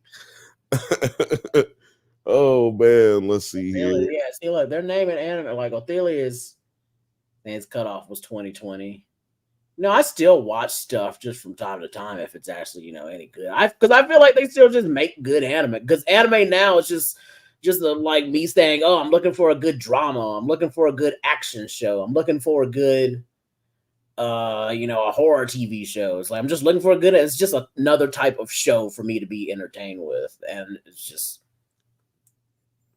Yeah, I'm into this shit, but I'm gonna be honest. Now, somebody here is probably gonna try to like cap me after I say this, but I really just got sick of the newer animes because they just were like over sexualized and like. Yeah, we like to call that the fan service, and I am not a big fan of that either. Like, it's just like you're kind of just doing too much. Like, Yeah. why? And every other genre of everything art, when we get fan service, we feel like we're being placated to. But with anime, when they get the fan service, it's like it makes it more popular. It's like because they do it in like My Hero Academia, and it's just like, aren't these girls supposed to be like 16, 17 in high school? Like, why are you drawing them like that? Why are you zoomed in on this angle right now? This is weird. Y'all are just weird. Like, now, if they do it when like they're of age, like when Cowboy Bebop would do it with Faye, I'd be like, okay, Faye's like 25. That's a grown woman. That's all right. Yeah, when they did it with, like, just to make sure we're keeping it. Tenchimuyo was one of my favorite fan service ones because, like, that's a grown man with grown women and he has a harem. I want to grow up to be Tenchimuyo. Just so we keep it fair, Sailor Moon, because there's probably be some ladies who say something later. Sailor Moon was overly sexualized, but it was in that way that it was, because it was, girls wearing. There were schoolgirls that went to private school. And they wore the little schoolgirl outfits. So that was a little over sexualized, but it was also made for teenagers. So it was supposed to be a little bit more on the edge than like some of these other shows. But nobody was like fucking. Wasn't nobody wearing stuff that didn't show that, like, that barely just didn't show their nipple and then everything else is exposed. They weren't doing stuff like that. And the language was different too. I don't know what the Japanese versions sounded like, you know what I mean? Or what the context was in those versions. But man, when you're talking about these motherfuckers be insinuating sex, they be insinuating sexual orientations and all this stuff, and it's a kid's show. I'm gonna tell you how crazy some of these shows be. What's it? XX something XO X, I don't know. One of them animes. He was watching it and he was like, I'm watching this show. I think I like it. I was like, oh, okay, cool. That's dope. It was on Netflix or something. And then he came back to me the next day. He was watching something else, and I was like, you don't like that? What happened to that other show? You like that other show? He goes, I gotta stop watching that show. I was like, why? He was like, it was just making me feel uncomfortable. It was too much like adult stuff. And I was like, damn. Like this shit got the kid feeling like he shouldn't watch it. That to me is a little bit of an issue. Maybe I don't know how to solve it though, right? Like anime is anime. You got to go to one place usually to get it. There's very few places to get it really, so you got to go there and to get it out the mud. But you're gonna see all of it. You're not just gonna see, the kid stuff or whatever. So I don't know how you would get around that shit. You just gotta watch it and you gotta watch a bunch and just you gotta sort through it or just look for reviews, people talking about it. That's probably why we should start a segment talking about animes. Jeff, looking at you, Jeff, to come on. Looking at you, Jeff. I don't know if you watch this show, Jeff, but I'll tell you. You get it. Like these new anime fans are just, you feel the divide between millennials and Gen Z finally. Right. Well, yes. When it comes, I've always said that. I'm gonna read these comments real quick. But before I read them, because I will forget, I've always said that like you gotta take Damn, I forgot what I was gonna say. It's okay. What did you just say? What did you just I was say? saying this is like the first time when you see a divide between Gen Z and millennials. Yeah, because I've always mentioned and pointed out that like you can tell how old you are or how old a person is or what the gap is between you and another individual without knowing anything about them, just by asking them what kind of cartoons they used to watch. Like that's all you got to do is like, oh, okay, no, I remember them cartoon. Like if you're a cartoon head and you ask somebody what they used to listen to or what they used to watch, because with music, people can listen to music in any kind of different way. You might have grew up listening to what your parents listened to or your grandparents listened to, and you could have all types of I don't want to say eclectic, but you could be all over the spectrum of music easily, no matter what age. Right. Yeah. If I gave you my music selection, you'd probably think I'm a 40-year-old, 50-year-old white woman. Right. Well, a 50-year-old lesbian white woman. No, no, I'm joking. Because I listened to nothing but like Portishead and Trip. I was like, okay. So a 40-year-old, 50-year-old bisexual white woman. Yeah, exactly. Who lived in Seattle. Grew up in Seattle. Yeah, I got that. I'm fucking with that. I'm not mad at that. But like cartoons, they only came on at a certain finite amount of time. At a certain year that you can pinpoint, and that stuff, they don't. Hold on, I'll be right back. Yeah, that kind of stuff, you can easily pinpoint it, and they get rid of the shows so quickly. And syndication doesn't work like how it does like on radio plays, where it's like I can tune to the 50s station, 60s, 70s, 80s, grunge. I can tune to all that. There's no channels really. I mean, they're trying to be channels now, but they really still aren't that channels. It's like we play cartoons from this era only. Well, yeah. So if you like missed a show, you kind of they used to have like, you missed it. Cartoon Network had a Hanna-Barbera. They had Boomerang. But yeah, but the thing is, to your point though, it wasn't while the show, like they didn't ever have new shows that would drive people back to that channel, because you just have to depend on nostalgia to keep those channels going, and that ain't really a good business plan. Right. Yeah, you aren't attracting new audiences. Right, exactly, to keep it going. Unlocked KP said, my older cousins got me into anime, so I fuck with that.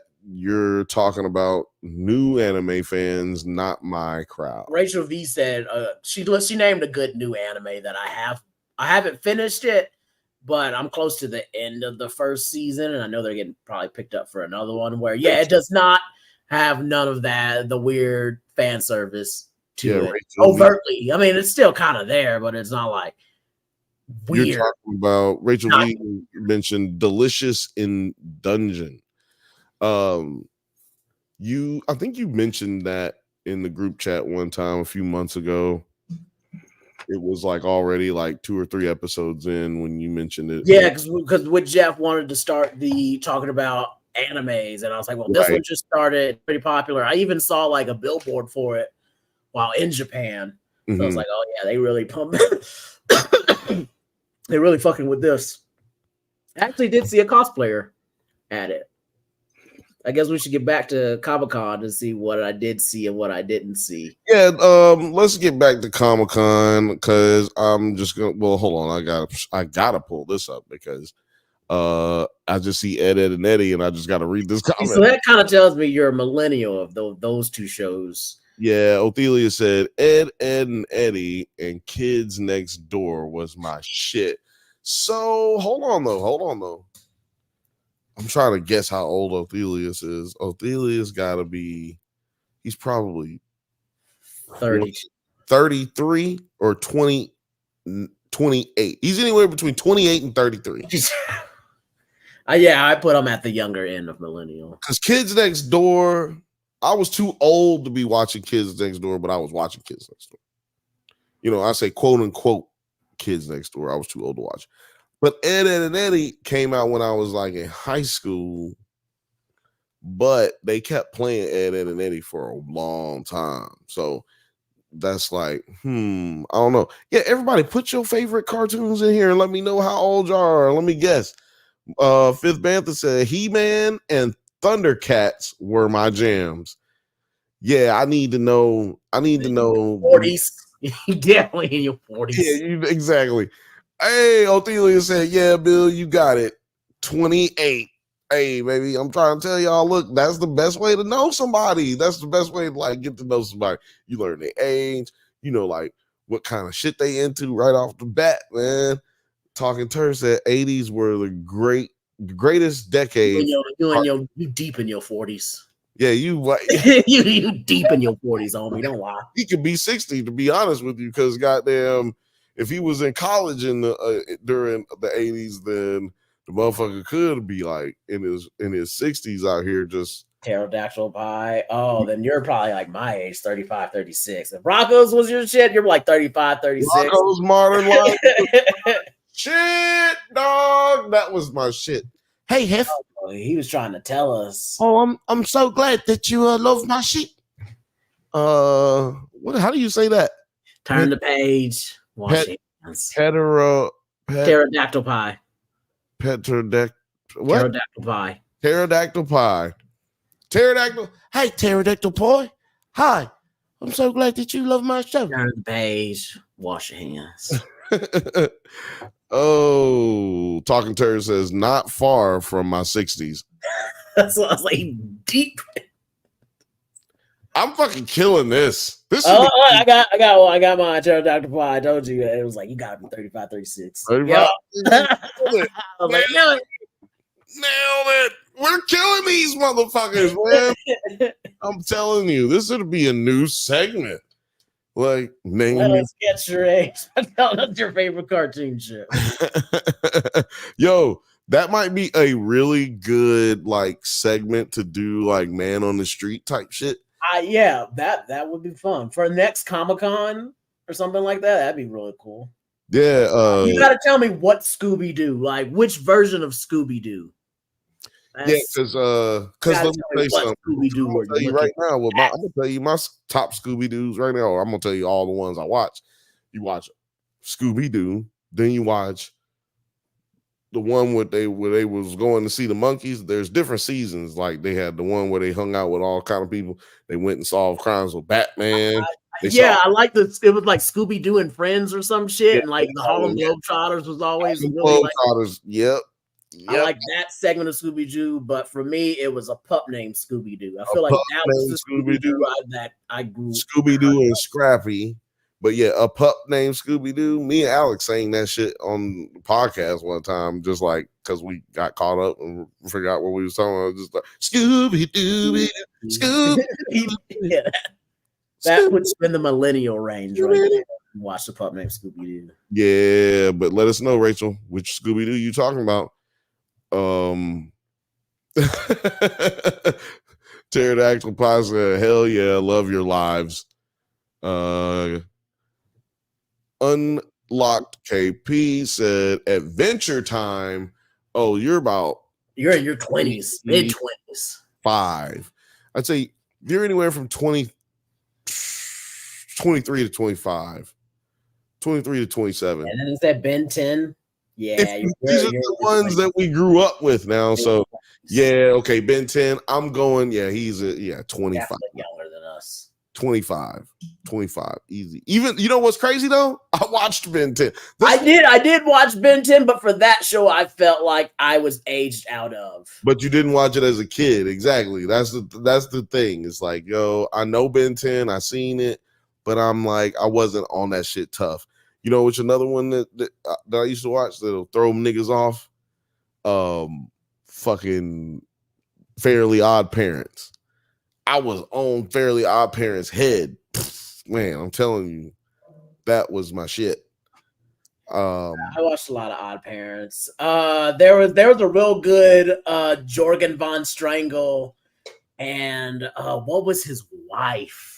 Like the dude, it was at BlurredCon. The dude was Jorgen von Strangle, and his wife was like another one of the fairies. and they both killed it. It was hilarious. She was like that the fairy godmother lady that's always in charge with the purple hair. Yeah, I can't remember the name. Because they weren't Wanda and Cosmo, but he was Jorgen von Strangle, and he had the muscles and like the big wand. I was like, yeah. I love that shit. Funny. Filmade said, did y'all hear about Cartoon Network multiverse movie that's coming out? You shut your fucking mouth.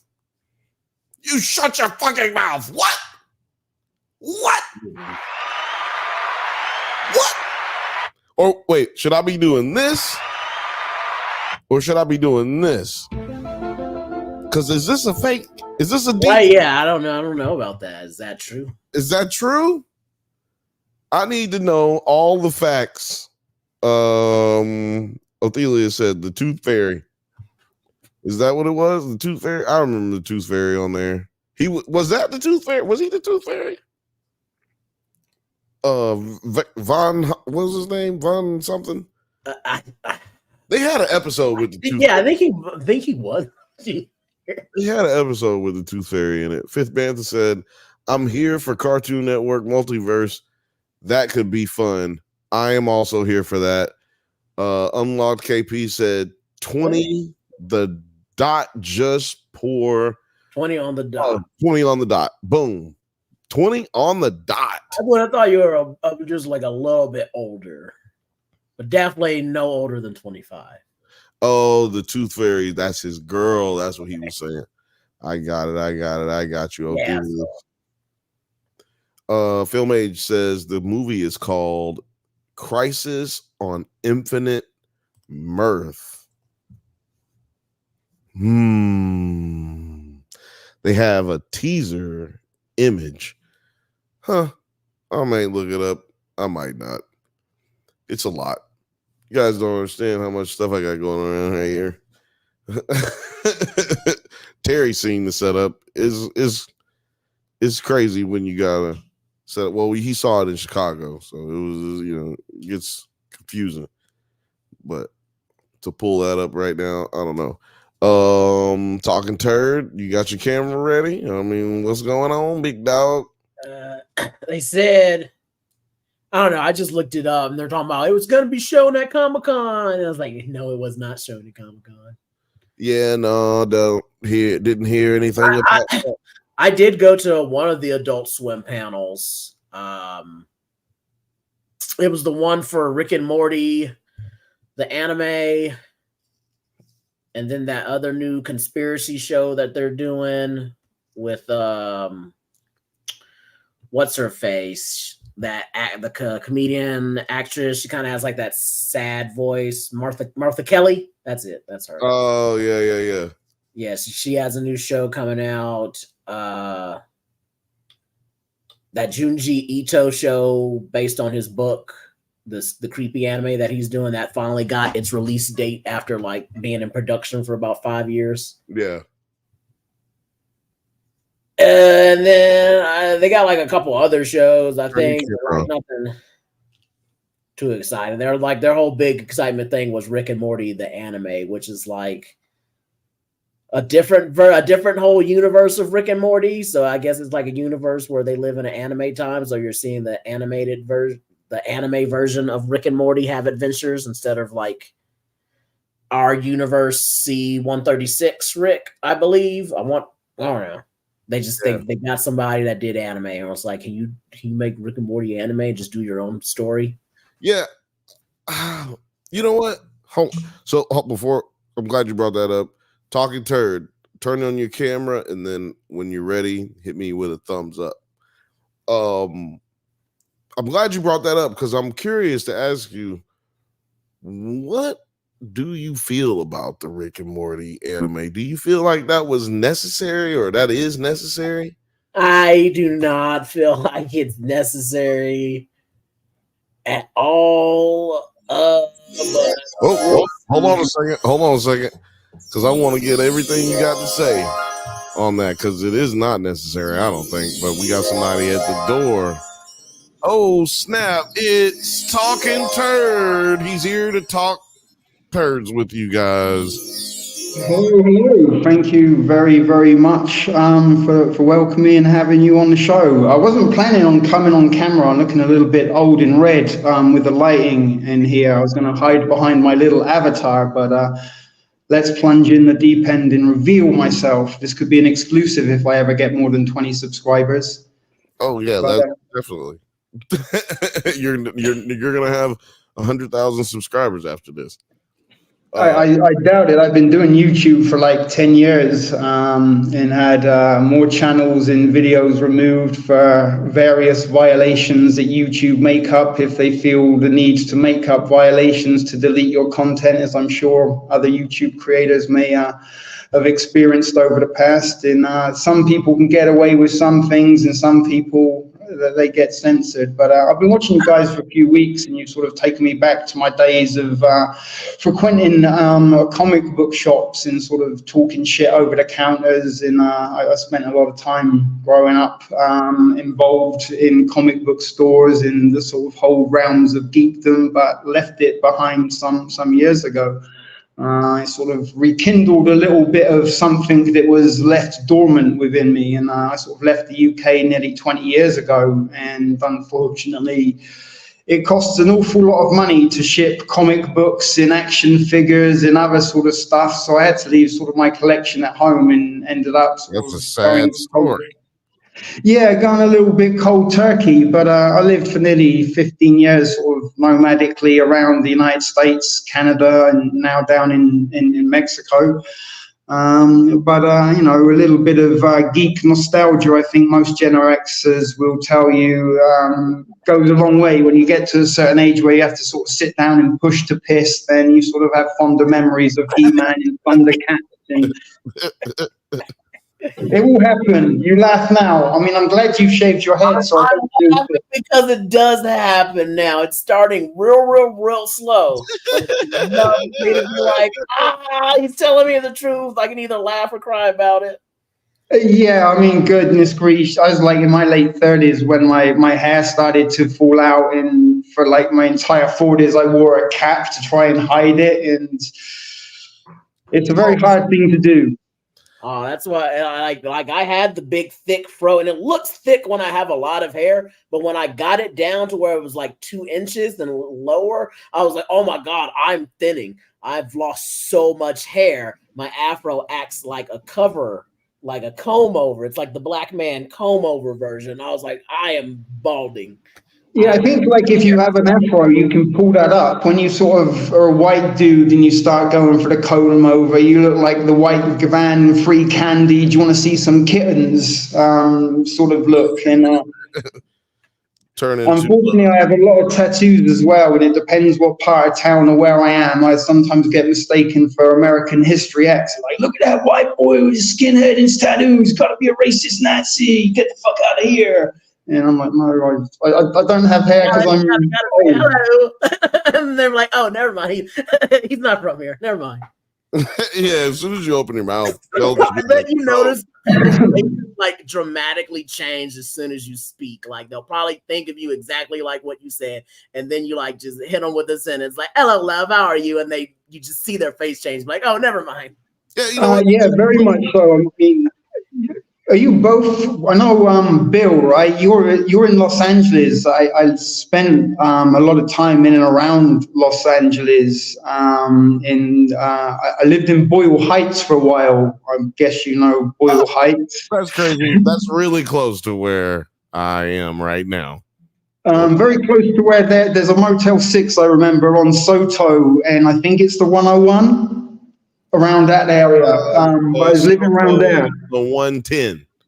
The 110, yeah. Sorry, it's been a while since I was in Cali. Forgive me for that. But I was walking around like my condo complex, and there were these like Mexican dudes like stood in the corner. You know, they've got all choloed up. They got the big long socks, the Dickies, the Cortez on. And they're like looking at me, and this guy, he's got the bandana on his head. He's like, hey, homie. You get your ink in jail? And I'm like, no, I got it in England. England's a little bit like a jail, I guess. He's like, wait, you're from England, fool? And he like couldn't believe that accent's real. I'm like, yeah, I'm from England. I'm just sort of traveling around, and he couldn't believe that I sort of was this covered in ink and wasn't a gangbanger from Florence. Yeah, that's basically what I was thinking. Is like, yo, that's like a cheat code. You can walk around anywhere with a British accent in America. Oh my goodness, yeah. When I was in California, it was like shooting fish. I got there at the time that David Beckham just signed for the Galaxy. Oh, and I was getting asked telling everybody I was David Beckham's tattoo artist. Was that 2011 or 2000? It was 2008. I arrived in Los Angeles, and I was living in Redondo when I first got there. And every chick I met, she's like, "Hey, what are you doing here?" I said, I got a client. You know, I'm a tattooist. I'm doing some work on him. I can't say who he is, but he just signed for the soccer team." And like, "Oh, David Beckham, yeah. You want me to do? I'm not even a tattooist, but you know, will you tattoo me? Yeah, sure. I don't got my stuff on me at the minute, but I have a biro. Maybe I'll draw something on your ass." And they believe anything with a British accent. Yep, that's a fact. We believe anything. It doesn't matter. If you were trying to pick up dudes, you'd be having the same luck. It's just yeah, it really was. If I went anyway, you know, I could have had my pick of the luck, because it was very sort of strange to me, because it doesn't sort of work the opposite. When sort of Americans show up in England, there's not the same, "Oh, you're American, I love your accent. Can you say pancake and syrup?" Nope. When I get there, it's gonna be different. You're gonna have bitches trying to just, "Oh my God, will you tell me about this, this, and that, and this, and this?" Yep, because I got the best accent, I got the best energy. Yeah, you could probably pull off some LA swagger. Say you're in the music industry, some Essex girls would probably buy that shit up. Or if you go further up north, maybe not so much in London, but sort of when you go to the north of England, they're a little bit easier to please. I only gotta tell them one thing, TT. I got one thing I gotta tell them. I'm one of the hosts of the Drunk Banthas podcast on Mondays, 8 p.m. Pacific time. That's what I tell them. I say, I'm the host of the Bantha Bunch show, baby girl. You know what I'm talking about? I'm the host of the best show in late night. That's me. So, welcome to the show, TT. That's what I'm gonna call you. I just decided that, TT. Yeah, that works. It's also just as funny as talking turd. Funny enough, one of my earlier channels was called the Thrift Store Prepper, and my nickname was T. Like my viewers used to call me T, but I got a copyright strike on that channel, and it got closed down. Like they want me to verify who I am before I can use it again. But that was my first handle on YouTube, so it's kind of ironic that it's come full circle and added a T. I understand. Like power up. Origin story. YouTube. I mean, well, not YouTube, but this channel got taken down by a former partner of the Drunk Banthas channel, and let's say about 60% of the existing content that was on there was gone, lost to the sands of time. Yeah, look, let me ask you though, Terry. I want to know what you feel about this Rick and Morty situation. Rick and Morty anime. They're really just trying to milk this for all its money, knowing that Justin Roiland is gone and he was kind of the real brains behind the thing. You know, what he did was, you know, you can't be doing that. That's unforgivable. I hope you get help, but well, also I don't know. I don't think it was necessary to make this Rick and Morty anime. It's so weird, like and it's because it's a whole series. It's not like a one-off movie. Yeah, it's I thought it was just a movie at first that they were making, and I was like, okay, yeah, let's just do one little movie. That's fine. But like to make it a whole series standalone itself, like why? Yeah, I'm not really with it either. I think that it's a money grab. You know what I mean? Like at least make a spin-off show of like some of these other characters that you've developed that people love. But you're just making a whole copy of your show just in a different art form for a whole series. Like that's the gimmick, the whole gimmick, real, because it includes all the same characters and everything else. Like some of them just aren't dead. Like some of the characters have been written off. But Right. it's just the show in a different art form. I'm interested to see what it comes out looking like. But also like, why do we need this? Nobody asked for this. Hey, don't go nowhere. I still need you. Producer P, man. She's just gonna leave me. You see this? She's just gonna leave me. And then you messed up the camera. It's all fuzzy now. See? You gotta relax, Penny. Gotta relax. But yeah, I'm pretty much on the same thing. You got any thoughts on it, TT?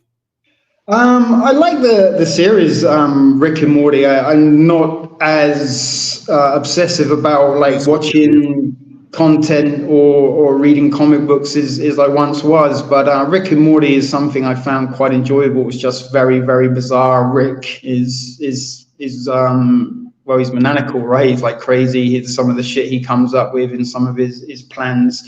But I think where we are in the sort of world at the moment is algorithms and artificial intelligence play an awful lot more in what we get to see as viewers than we probably might consider. And I think the sort of popularity of the show, like this is win-win. We've got a win-win formula with Rick and Morty. People love Rick and Morty. It has a cult following. And I can kind of remember from my sort of comic book days, like a bunch of geeks getting hard-ons for the Star Wars manga comics. Like, hey, the Star Wars is released in manga. Like, what, Star Wars is in manga now? And people wanted that because it was in manga. And there's sort of an element that if it gets transferred from the West and gets manga-ized, if that's a proper word, it sort of is a stamp of approval, or it's, we thought it was this good that we had to put it in anime, and anime was the sort of first ever, or the mangas were the first ever comic books. So there's a lot of origins from the source that it is, but I think they just make anything, there's some of the cartoons on the Disney Channel, they did the Star Wars, was it the Tales of the Jedi? And it was like an analog series. Yeah, Tales of the and Jedi. A couple of those were very anime inspired. And sort of before the Acolyte ended, I started seeing a lot of anime art for, what's the dude's name? Kaimar and Osha. They were like looking at, images of them in a love story and the whole manga thing going on.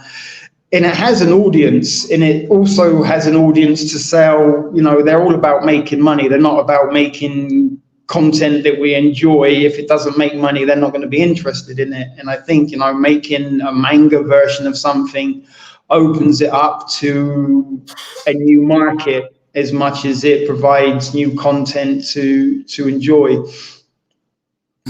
That is all good. That's all good points. Like I said, I'll probably watch it anyway. Like, I mean, just to Film Agent's point that he made, they are releasing 2 formats of it, subbed and dubbed. So I think the English version comes out first, and then the very next day the Japanese version will be available. Is what they said. That's awesome. So they're doing both of them, and I was kind of like, I think I'm gonna watch this in Japanese. Yeah, that's the thing. I remember from Japanese. Hold on, because I do want to move on. But y'all have all made great points, and I feel like everybody's more educated today about anime because I didn't know half the shit y'all was talking about, and I hope y'all get something out of this. And go check out some of this shit that we're dropping down right now because.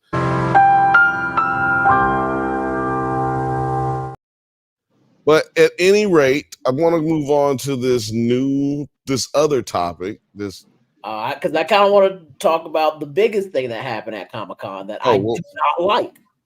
Oh yeah, you weren't on the show on Monday. Yeah, that's right. You weren't on the show on Monday. I forgot you weren't on the show. Go right ahead. Oh, I was not at the panel. I'm thankful that I did not waste hours of my time lining up in Hall H or even doing the line buddy system. I just don't feel the point of it. Like, why? Everything you see in Hall H 5 minutes after, guess what? I'll see it on the internet because all of it was all on the internet to stream. There's very few things that you're not going to see. Like even like at the Rick and Morty panel, they're like, no one's gonna see this trailer, and 3 hours later, they had publicly released that trailer. So I'm like, yeah, you're lying. There's no reason. But Right. bottom part is Robert Downey Jr. is coming back as Dr. Doom. Like, why? Doom. Why him? Of all the people you could get to be Dr. Doom, why are you going back to him again? Like, I mean, we said on the show, I feel like no other thought. You're just saying, well, he did so good at Tony Stark. Let's just keep what we know. Let's not try anything. Like, that's why we liked you the first time, because you picked Robert Downey Jr. for Tony Stark. Let's try something wild. Like, you didn't want to do something like that again. And no, I mean, I think what they're doing is setting up to bring Tony Stark himself back as Iron Man. I've been saying for years that they were going to do this, and Alex has been telling me for years, no, I don't think so. And if they do, I'll hate it. And so far, I think he didn't like it, but I think he's interested in what they're going to do. And I love the excuse me. I clearly love the idea, considering that I thought it was going to happen. And I'm very interested in what they're going to do with it. TT, you got any thoughts? The Fantastic Four, they used to be one of my favorite comic books as a kid growing up. And I think it was one of the Spider-Man and the Fantastic Four were the sort of first comic books that I really got into. But I haven't paid an awful lot of attention to the Marvel cinematic universe. I watched the first couple of films, the first Iron Man, the Hulk, and the Tobey Maguire, like Spider-Man. But for me, they just they weren't as magical as I wanted them to be. I waited a long time to see like a Spider-Man movie and an X-Men movie or the Fantastic Four on the screen. And sort of when it happened, I'm like, I'd rather not seen it, if you know what I mean. And my sort of heroes are from the comics. But I'm very interested about the Fantastic Four because I think Galactus is going to be in it, and I love Galactus, and I love Silver Surfer. I actually have a Silver Surfer tattoo, and he was always like one of my favorite characters in Fantastic Four 48, The Coming of Galactus. Silver Surfer appears as one of the greatest comic book stories ever told. So I'm kind of curious to see what they do with the Fantastic Four. But I think the Fantastic Four as a group are kind of dated now. They kind of worked in the 60s, they worked in the 70s, and sort of by the 80s, they were being sort of phased out a little bit and replaced with the X-Men. And something that is sort of interesting to me with the Marvel Universe is a lot of the sort of characters that are the big heroes in the cinema movies, the cinematic universe, were never the biggest comic book sellers. Like, I can't remember many kids coming into my comic book store and wanting Iron Man, but they wanted Spider-Man, they wanted the X-Men. The Avengers was never really a very popular comic book, and neither was Captain America. And hardly anybody read Thor. Yet these guys have kind of been presented as what Marvel is, and they've obviously had so many movies around them. And this is why I'm very interested to see what they do with the Fantastic Four, because the Fantastic Four were the OG Marvel group. This is what. Can you answer this question right here? Filmage says, Turd, what do you think about the Silvery Surfer being Silvery Surfer being female? I've heard it's not Norrin Rad. It's not the Silver Surfer that we know. It's just a different entity of the Silver Surfer, and a little bit like Captain Marvel, I believe, like the power cosmic can be bestowed upon anybody, and Galactus can give the powers of his herald to any individual that he chooses. I think it's his wife. That one time when the Silver Surfer's wife got the powers. Yeah, Charlotte Bell. I think there was because that was his curse. He could be the Silver Surfer and go anywhere in the universe, but he could never go home, and he could never be with Charlotte Bell when he was trying to find the sort of the gray area and the loophole to reunite with her. That's what her official name is Charlotte Bell in this movie now. So it's like it's the Silver Surfer. Yeah, so that's her official name. So I was like, oh, that's Silver Surfer's wife. And I know that happened one time in the comic book when she got the powers. So I guess they're just going off that, but they're probably making something new. But it's not like. It's way Marvel and Disney are at the moment that it has to be, they have to change a character to the opposite sex if they can. I mean, is it going to affect me? Am I going to be upset? Am I going to be in a rage and make videos about how Disney has ruined everything? Probably not.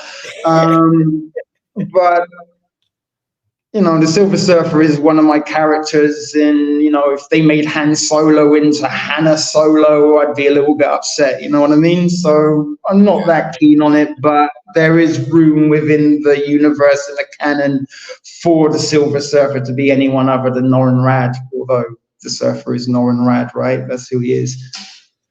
Okay, now I do want to move to this next topic because I don't want you guys to jump out of here and then I'll be talking about this shit by myself. And that next topic is the United States of America's 2024 election. That's right. We're back. That's right. It's going to be a crazy shit show. First of all, Film Age says, great take, as talking about the Silver Surfer being female. You know what? I used to love that cartoon Silver Surfer. Yeah, that was an underrated cartoon. Underrated cartoon. I love how you can only see both of these candidates' mouths open right here. I don't know why. I love how that was an accident. That was an amazing accident right there. Yeah, you could have some fun with Photoshop. Yeah, y'all go ahead and have your fun with that one right there. But yeah, man, earlier this week, I think actually it was like yesterday or day before yesterday. I think it was yesterday. It was yesterday. Yesterday afternoon, Donald Trump, the former president of the United States, running for president of the United States, had a meeting with the Black Journalists Association, or I think that's their name. Anyway, yeah.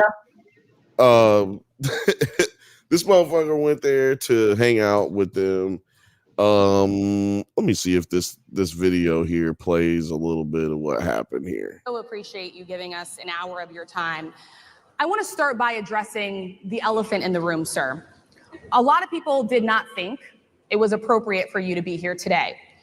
You have pushed false claims about some of your rivals, from Nikki Haley to former President Barack Obama, saying that they were not born in the United States, which is not true.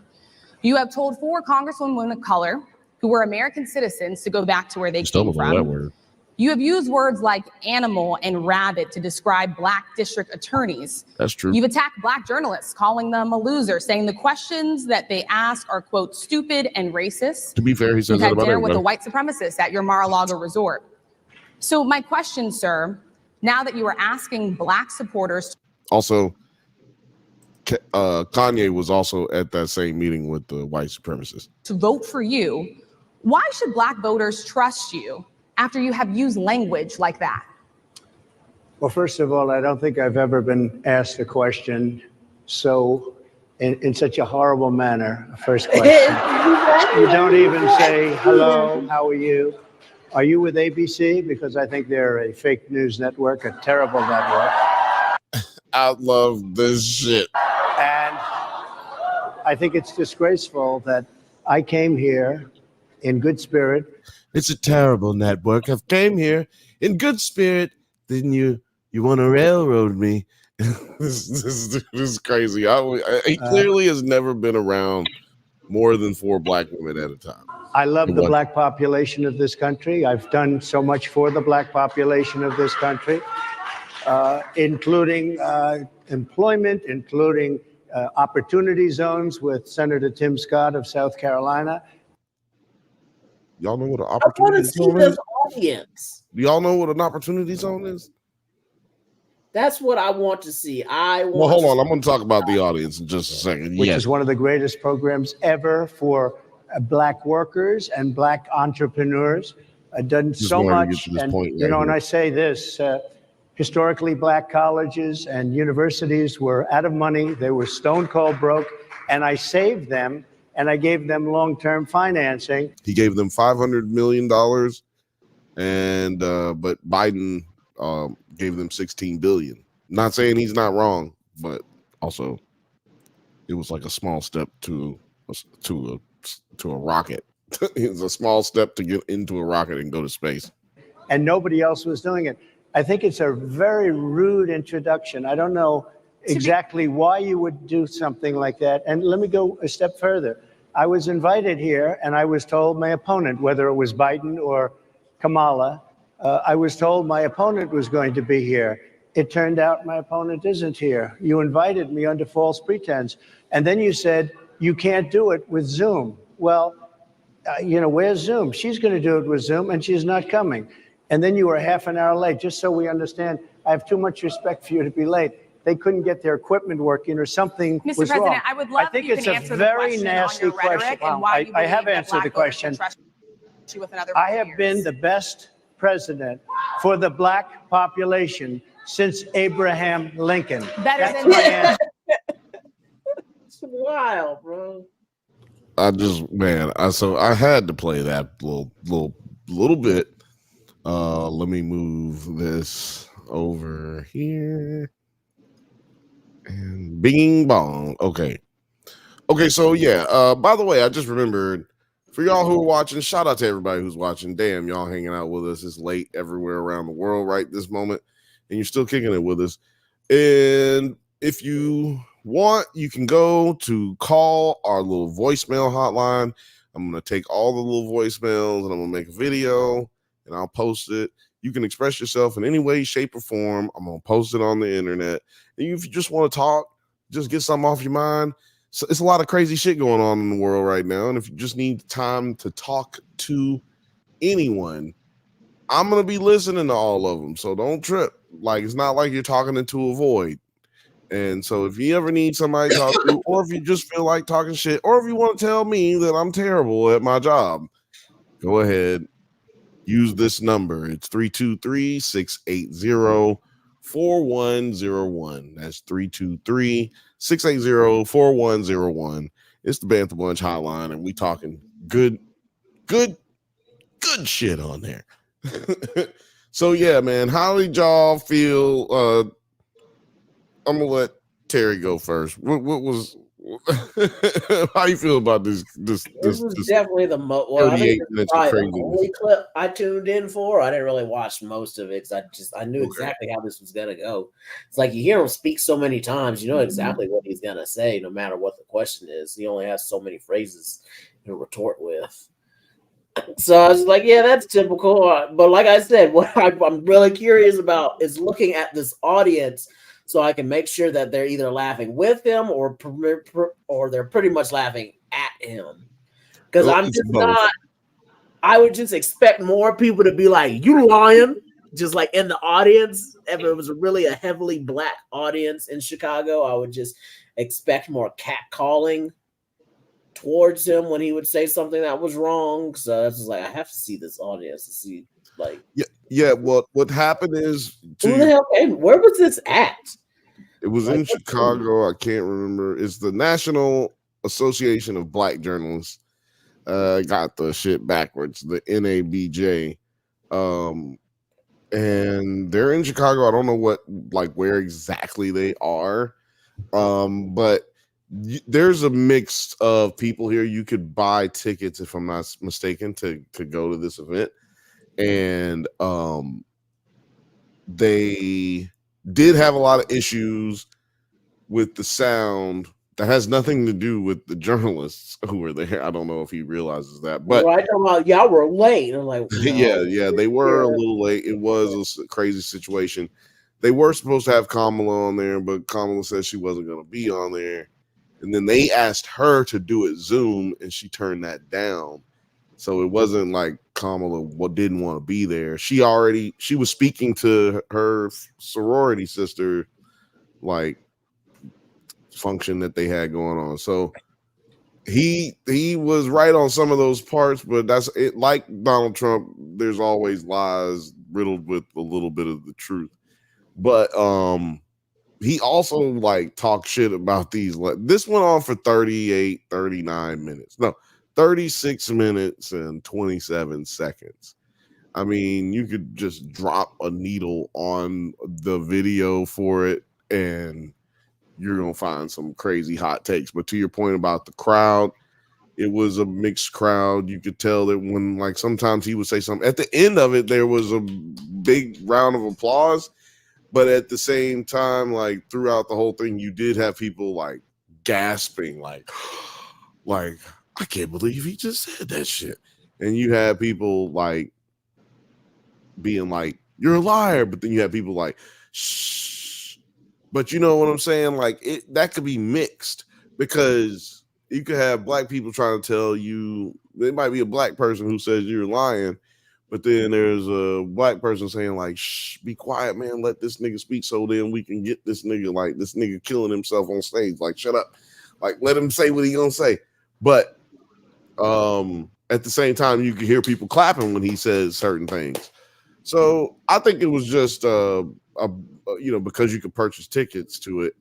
I think that's why you hear a mixed bag of reactions. But man, when people reacted like in shock, they were like in shock. And so you heard a lot of that. TT, I don't know if you care about American politics or even politics in general, but what are your yes and no. I do have very different views when it comes to politics. I probably sort of won't share, other than to say the left wing and the right wing are the same bird. Yeah, no, hold on. We're not talking about politics. We're talking about this debacle. Like, we're just sure, but I've always been very interested in the political razzmatazz of America when it comes to election sort of time, and especially sort of growing up in England where like the elections and voting are very reserved. You know, you don't put banners on your front lawn, you don't wear pins or stickers, you don't get cups from 7-Eleven saying who you vote for. Right? And I think that's just wild, isn't it? Yeah, and the first time I ever visited the States, I think it was Al Gore and Bush. It was 2000 or 1999, 2000, around that time, and there was an election going on, and I know that Al Gore was running for it. And I was just shocked to sort of see all of this sort of political propaganda and posters and, I'm proud to vote for such and such, especially, England being so reserved that you don't tell people who you vote for. And here people are sort of advertising it. What like phone calls? Sorry. Sports teams, like how you would follow a sports team or something like that. But it's very bred in circuses, and it's a little bit similar to kind of the WWE or the WWF. What are you going to do when Trumpomania runs wild on you, Biden? I'm going to see you in Trumpomania 7 in the cage of death match. Biden's got nothing on me. And then you see Biden, Hulk Hogan, you're up there with your big muscles and your python, And after the match, they sort of get the 1, 2, 3. They become friends like the Ultimate Warrior and Hulk Hogan in WrestleMania 5, I believe. But they're all, I think, they play it's a show for TV. And I believe a lot of these sort of speeches and interviews are very, very scripted. They don't sort of say anything that wouldn't be too sensational, but they put the wow and factor in there because it's how the propaganda works. You have to sort of sell stories and sell narratives and get people on board with it, and television is the way to sort of mesmerize and blot out some of the more disturbing things that governments get up to and try and highlight on. We do everything good. We've got your heart and, your best interests at heart. And then by the time they get elected, they backtrack on almost everything that they promised in their campaigns. and end up spending more tax dollars than they really should. But it is interesting to see what's going to happen with Biden, because not Biden, he's pulled out, right? And Kamala is sort of substituted in, and they're sort of bringing up her background. She's not a real black lady. She's half Indian. And, you know. Yeah, my homie Phone Calls in the chat on Instagram. He said, quote, she always identifies as she always identifies as Indian, never about being black, end quote. Donald Trump. Like, that's literally what he said in here. I don't know if I can even find that part. Actually, I'm just gonna needle drop this thing right in the middle of it. Before that, I'm gonna read this comment. The streaming meanie. Shout out to the streaming meanie. Thank you so much for joining. You know what I'm saying? Really appreciate everybody who's watching right now. Everybody contributing to the chat. You're killing it right now. Streaming meanie said, I'm feeling good about the Harris campaign, but you know, even if she loses, at least we won't have to hear about Hunter Biden's laptop anymore. I know, right? I don't want to hear anybody.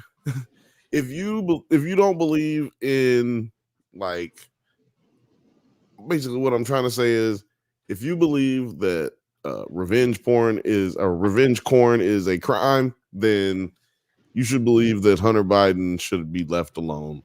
Just leave that man the hell alone. Why we mess with crackheads like that? Like, you just leave crackheads alone, man. They messing up their lives on their own. For prosecution if you win. Why should someone like that officer have immunity, in your opinion? Immunity? Immunity. I don't know the exact case, but I saw something, and it didn't now, y'all know what he's talking about, right? What's her name? Sonia Miller? What's her name? Something with an M, yeah. Yeah.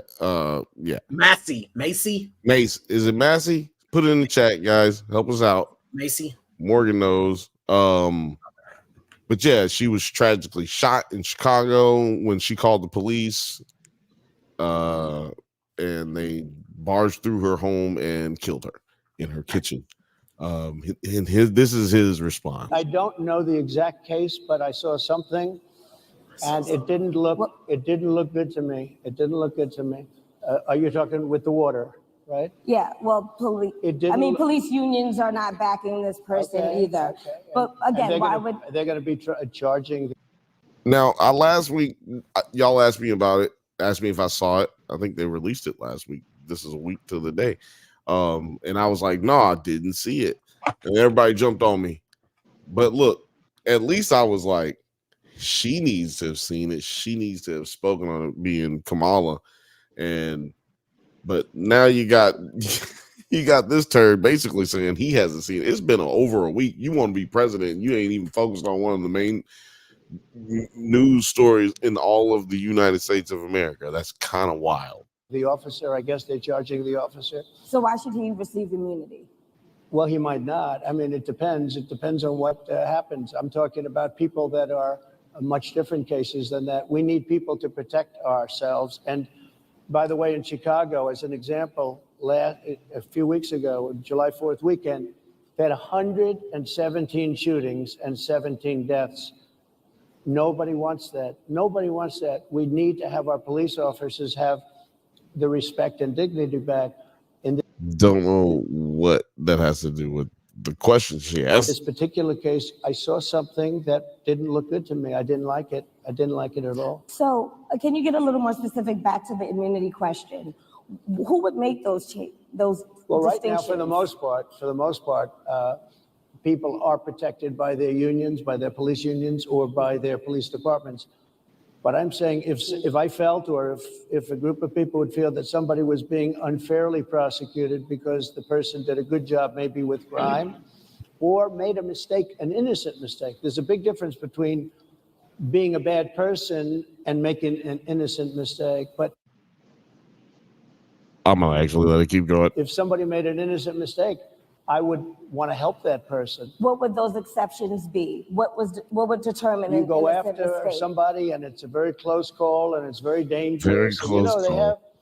have the policeman's life and woman The is hands. I a very love the difficult thing fucking because hands. sometimes you have less than a second to make a life and death decision, and sometimes very bad decisions are made. They're not made from an evil standpoint, but they're made from the standpoint of they made a mistake. So I want to follow up really quickly. I find it interesting because you do talk about reining in prostitution. Okay, I'm gonna let that go. Yeah, that is kind of wild because you literally you can't say that you don't want. Oh, sorry, Penny, you look a little busy. You can't say that you want immunity for police officers, but at the same time, you would do it on a case-by-case basis. But then at the same time, they should all have immunity.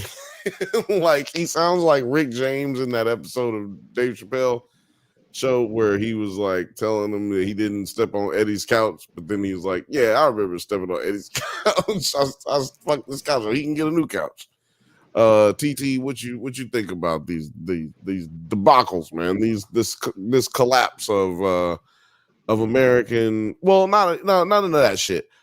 How do you think that this guy looks? Does he look like he is, healthy? Does he look like an old ass man? You know what I mean? Like, how do you think? He's a very strange individual when, somebody who had no political background just one day for shits and giggles, I'm going to run for president, and then suddenly becomes president. You sort of got to ask yourself, was that genuine, or was he sort of helped, or the votes not really matter? And the sort of last election was very questionable. That supposedly he was landsliding it, and then everybody in America seemed to vote for Biden, and sort of strange votes come in.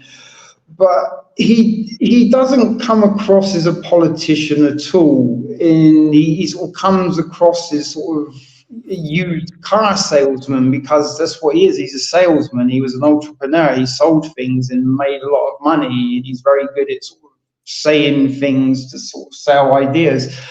But you sort of mentioned the collapse of America, and I'm one of those people that thinks that everything is by design and very little is by accident. And there has been... I was just joking about the collapse of America.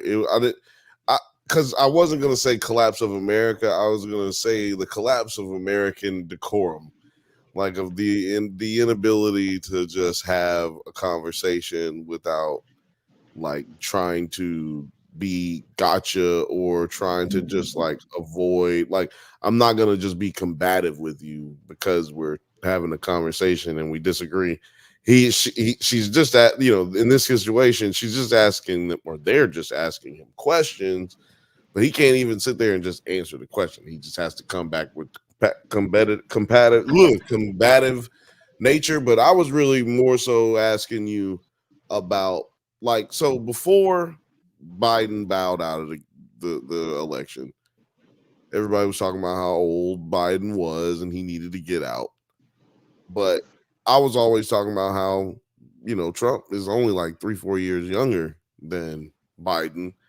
And to me, he looks like he's a little bit losing it as well. To me, he looks like he's losing it because when he gets angry, he just can't stop saying the crazy stuff. And I don't think that's just because, he's just being Trump. I think it looks that way, but I think like he's having moments where he's unable. Senior moments, as they say. Well, they take away driver's licenses from people when they get to a certain age where you have to be retested to be deemed, able to drive a car. And Biden and Trump are in that age group where they would be in line for having their driver's license taken away. You're not in a fit state to drive a car, but knock yourself out, run the country.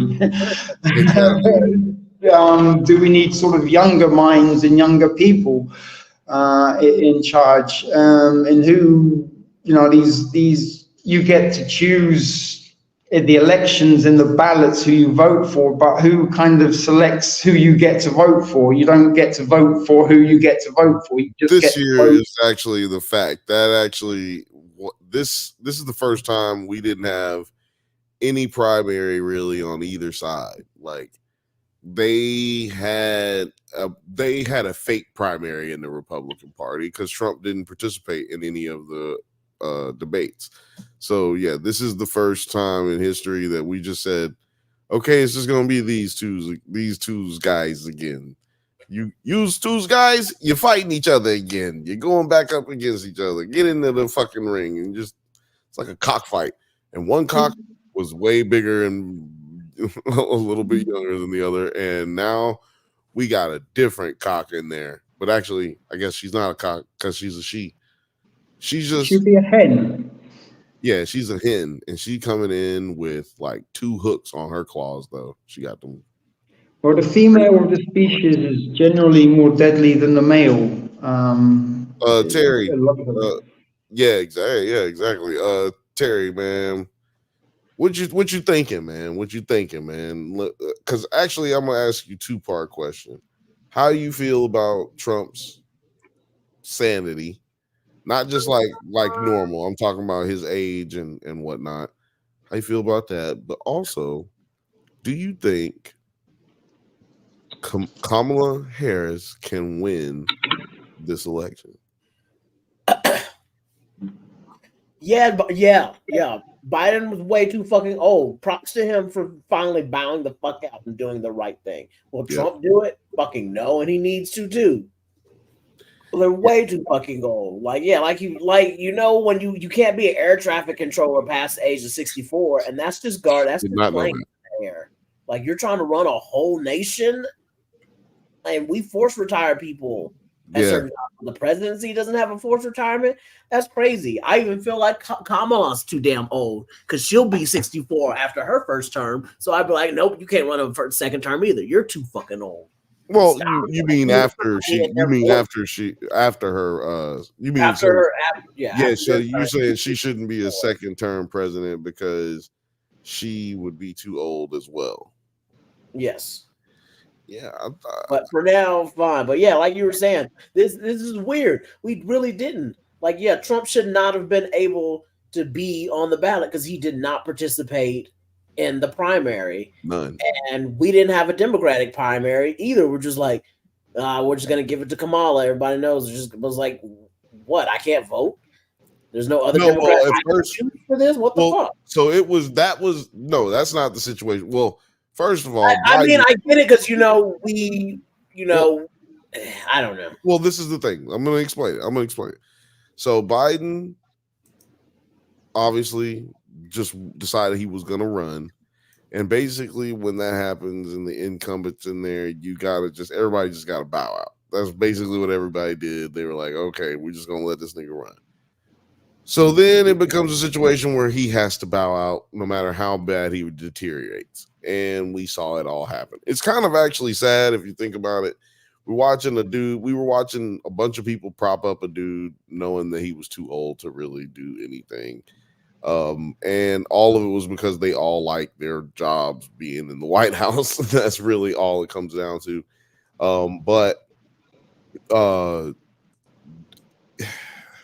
One, it was too soon to pick someone else after Biden dropped out because that person would then have to start raising money.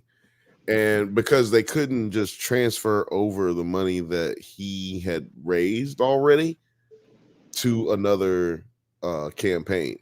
Whoever that person would have been that would have ran instead of Kamala, or we would have had a vote or a debate and then a vote. Whoever that person would have been, if they won, they wouldn't be able to take the money that Biden's already raised in the last 4 years. And the only reason that's important, and the only reason Kamala can do it, is because she was already on the ticket, and so therefore she's a part of the same campaign. So then. What people don't know is that Kamala is the number one, or at least she was. I don't know. She probably still is now after all this stuff, but she's the number one moneymaker for the Democratic Party. Like, you know, some people have those titles and, you know, take those responsibilities on, and they, you know, no matter how much you fuck up, sometimes they lean on you a little bit, like, because they know you got the money. They know that when I need to have a fundraiser and I need $80,000 a head, then you're the person I go to. And she's raised so much damn money. The amount of money she's raised is like Deadpool's opening weekend. You know what I'm saying? Like, she's raising crazy amount of dollars. And the only reason I feel that like that matters is because, like TT was saying earlier, the ads, man, the ads do something to people. Now, for me, people like me, it makes me laugh. I love the ads. One of my favorite ads is one dude like shoots he shoots a sign. This is a Southern State ad, but like he shoots his opponent's sign and says he says, that's how I feel about so and so and so. That's how I feel about JD Vance. You know, man, and Trump talked about JD Vance in that video as well, in that little interview. And he basically threw JD Vance under the fucking bus. He said that the vice president doesn't matter. He's like, it doesn't matter who you pick for vice president. What matters is me. You're voting for me. I was like, God damn. JD Vance just got thrown under a bus with Trump's face on it. It's the campaign bus. Well, that's one of the reasons why I said there was no way in hell Trump was going to pick a woman VP or anybody of color as a VP, because they would get too much attention above him. Had to pick some no-name, nobody cared about him, couch fucker from Appalachia, who had some name recognition, but mostly it was because he came with the most money too. But it definitely wasn't going to be from the other two categories. Right. I think that they asked him in this, did you know about his stances on these things before you picked him? And that's when he basically came back with it don't matter. Like, he hit him with that shit. Don't matter. None of this matters. Yeah. It don't matter. None of this matters. he hit him with it hard. And so, I don't know, people always say, he did say that Kamala wasn't black. Basically, I'm paraphrasing. He said, she wasn't black. She wasn't black. She was black. She was black forever. Now she's black. I don't know. Is she black? She was Indian. Now she's black. I was like, he keeps saying black really weird. He said it so weirdly. You keep putting like a lot of racist undertones in it that make it uncomfortable to actually hear you say it. And the crowd thought it was funny. TT, how do you feel about Kamala? Do you think Kamala is black? She went, first of all, before you answer, I do want to let everybody know, Kamala Harris grew up in Oakland. Her father is Jamaican descent and her mother is Indian immigrant. And she went by her full name, which her middle name has an Indian name, but I feel like Kamala is like black as hell. So anyway, she's got biracial parents. She went to Howard as for college, historical black college, and she's in a historical black sorority. So now, yeah. So but anyway, I just want to give that caveat. Now, TT, how do you feel about the statements that she's not black, and do you think that that's a strategy that's wise, or do you feel like that's like Yeah, it's very strategic. I think everything that a politician says leading up to the voting day is all part of the strategy in the game. But it's a very mixed bag when you're mixed race. Although I'm from England, my father was Polish and my mother was English, and I was never really accepted by the English kids because I had a Polish name. And you know, I was always Polak, hey Polak. And when you're in a mixed race family, you tend to follow the father, whoever the father's lineage, the seed of the father. You know, you tend to be whatever nationality your father is. Mm-hmm. That is what you get labeled with, especially if that is your sort of surname. But we live in a world now where mixed race relationships are far more common than they ever was. I mean, when I was growing up as a kid in my hometown, if you seen a white girl with a black guy, nobody talked to that girl. Like, something wrong with that girl. What's wrong with her? And Right. I'm not saying that to be wrong. That was the times. Right. But now it's almost impossible to find relationships where both people are the same race. There's a lot of white boys get with Asian girls. Yeah. A lot of in the Caribbean, because Trinidad and Tobago is black and Indian, half of it is black, half of it is Indian. There's a lot of mixed races there.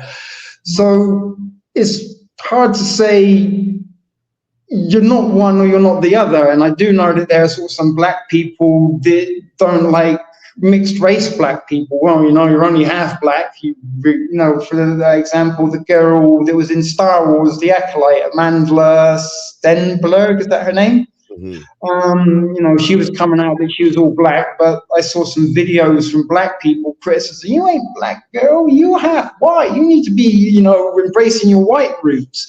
So it's difficult. Yeah, so that happens, yeah. Sort of Kamala Harris is in a sort of no-win situation in terms of some respects. She's not black, she's not Indian, and sort of on the Trump side of things, she isn't white, because if ever there was a good old white boy, it was Donald Trump. And I'm pretty sure there's more Trump stickers in the state of Texas and sort of Alabama than there would be, in probably New York or some of the northern states. But I don't really know much about her. I only sort of heard of her in the last sort of few weeks that here she is, she's going to be running sort of for the president. I don't know an awful lot about her political background. But that's why I didn't go into all that. I just really wanted, because I don't expect anybody, like Jay Leno used to do the jaywalking. And he used to ask people who his favorite thing, must have been his favorite thing to ask people, is like, who is the president of the United States? Like, who's the vice president of the United States? And everybody would always be like, who? I don't know. And sometimes they'd know who the president too, but sometimes they wouldn't. It's a kind of a crapshoot. People really don't start paying attention, even if they are going to pay attention. People don't start paying attention until right around now. In August, September, and October, that's when people really start paying attention. That's why we got so many undecided voters, is because people are busy doing other stuff. Like, people, it's like, look, man, I still gotta eat, and I gotta pay the rent, and then there's some other utilities. So, like, I get that, and that's why I don't really care about asking about the details, because I follow the shit really closely and I know the details about all this stuff. But there's no need to get bogged down in them kind of weeds right there, because that's a whole nother podcast. That's a whole video that I'll have to put together that'll be like FD signifier type of length, which means they'll be like 3.5 hours or some shit. I watched a video of his the other day. It was like 2 hours and 45 minutes. I was like, man, no, it was like 3 hours and some change. And I was like, man, this dude does really good work, but I am never watching another one of these all the way through at one time. I did it because I was at work, but I'm never going to do this again. Before we get out of here, I do want to read some of these comments. We got Streaming Meanie. The primary, quote unquote, was a joke, with the exception of Chris Christie, maybe. The Republican primary consisted of Trump ass kissers auditioning to be his vice president pick. that is absolutely a great summary of what took place. If you didn't watch the debacle that was, that is a great summarization of how all of that took place. Yes, Chris Christie was the only one. You're right. He was the only one who was actually out there getting it. Pterodactyl Pie says he is a willful ignorant. Excuse me. He is willfully ignorant. Jesus Christ, I can't talk. Fifth Bantha says, TT, I can vouch that the Trump stickers in Alabama are prolific and obnoxious. Laugh out loud. Yes, he is in Alabama, lower Alabama. We call it LA in Alabama. We motherfuckers say, hey, I just moved to LA. Like, word? Yeah, lower Alabama. Ha ha ha ha ha ha. It's really not that funny. Pterodactyl says also the Drake Kendrick beef video was long but good. Yeah, I agree. I can't say that I don't agree with that. Yeah, I got you. Terry, I got a question for you, man. Actually, no, TT, I got a question for you, man. If you want people to, where can those people find you? Well, I do have a recent channel that I started a couple of weeks ago on YouTube called Talking Turd, which has 19 subscribers at the moment. But prior to that, I do have a channel that's somewhat active called No One Watches RD, all one word. Which, if you like sort of conspiracies, mysteries, the Philadelphia experiment, Stranger Things was a documentary, that kind of sort of stuff, then you might want to check that out. I do have an Instagram, but I've forgotten what it's called. I only set it up so I could message you guys, but I don't really have much of a sort of presence off of YouTube. Yeah, thank you. Type in Talking Turd on Instagram and you'll definitely find them for sure. Yeah, I don't think there are many talking turds out there. That's sort of why I went for the name. But I figured there's so many pieces of shit talking on the internet at the moment. Why sort of hide it? Hide behind the turd. But it's rare, I think, to find chilled out, relaxed people who can have conversations. You know, you mentioned a little bit earlier that people can't have conversations anymore, and you sort of look at the content on YouTube, especially sort of with the Star Wars acolyte. It was all hate, it was all angry, it was all, you know, this is the worst thing in the possible, and this sends out bad vibes across the world. And more chilled out, relaxed people getting together from different walks of lives with different opinions that can talk amongst each other without jumping to the defenses and slurs and arguments is a good thing in the world. And that's why I like tuning into you guys and listening to what you have to say, and very, very honored and humbled that you were willing to have me on and listen to what this turd had to say. So thank you. Hopefully we can do it again sometime. Absolutely, man. Thank you so much for coming on. You provided some great insight and we had a lot of fun. And like also the people in the chat had fun. Like Fifth Bantha says, thanks for coming, Talking Turd. It's been great having you. And Lil Frothy said, if Stranger Things is a documentary, I'm going to faint. That is that is hilarious. And Fifth Bantha says, right, Cuzzo? That's crazy. Talking Turd says no. That's my channel name. But if you ever heard of the Montauk Project, Stranger Things was initially going to be titled the Montauk Diaries, and it's interesting. I used to like conspiracies as much as I like comic books. I used to sort of find them quite entertaining back in the day, until too many of them started coming real, and you're like, is this entertainment or survival? But same thing with conspiracies. It's a very depressing world, and why I've come to be the Talking Turd is to talk about sort of nerdy stuff, contemporary stuff, just things that are lighthearted rather than end of the world apocalyptic. Awesome, man. Yeah, you definitely gonna have all 7 people who watch our show going right on over there And because that's what the views be looking like sometimes. All 135 of you. I'm fucking with all of y'all. I know y'all gonna watch this, man. Yeah, they're gonna move over there. Y'all go subscribe, show the channel some love. It's gonna be right here in the thing here, and I'm gonna try to remember to put it in the description. I can't promise that I'll do it because I'm fucking terrible at this shit. I am your favorite cousin's favorite cousin, Bill. This is the Bantha Bunch Show. We do it on the Nerds at Nights channel, and we do it on the Drunk Banthas channel every Thursday at 7 p.m. Pacific time. That's every Thursday, 7 p.m. Pacific time. You'll catch, Terry, you'll catch me. You'll catch all the non-nerd yards and Nerds at Night crew, wherever the fuck you can find us, right here, every Thursday. Come fuck with me, man. I love you guys. It's been great as always.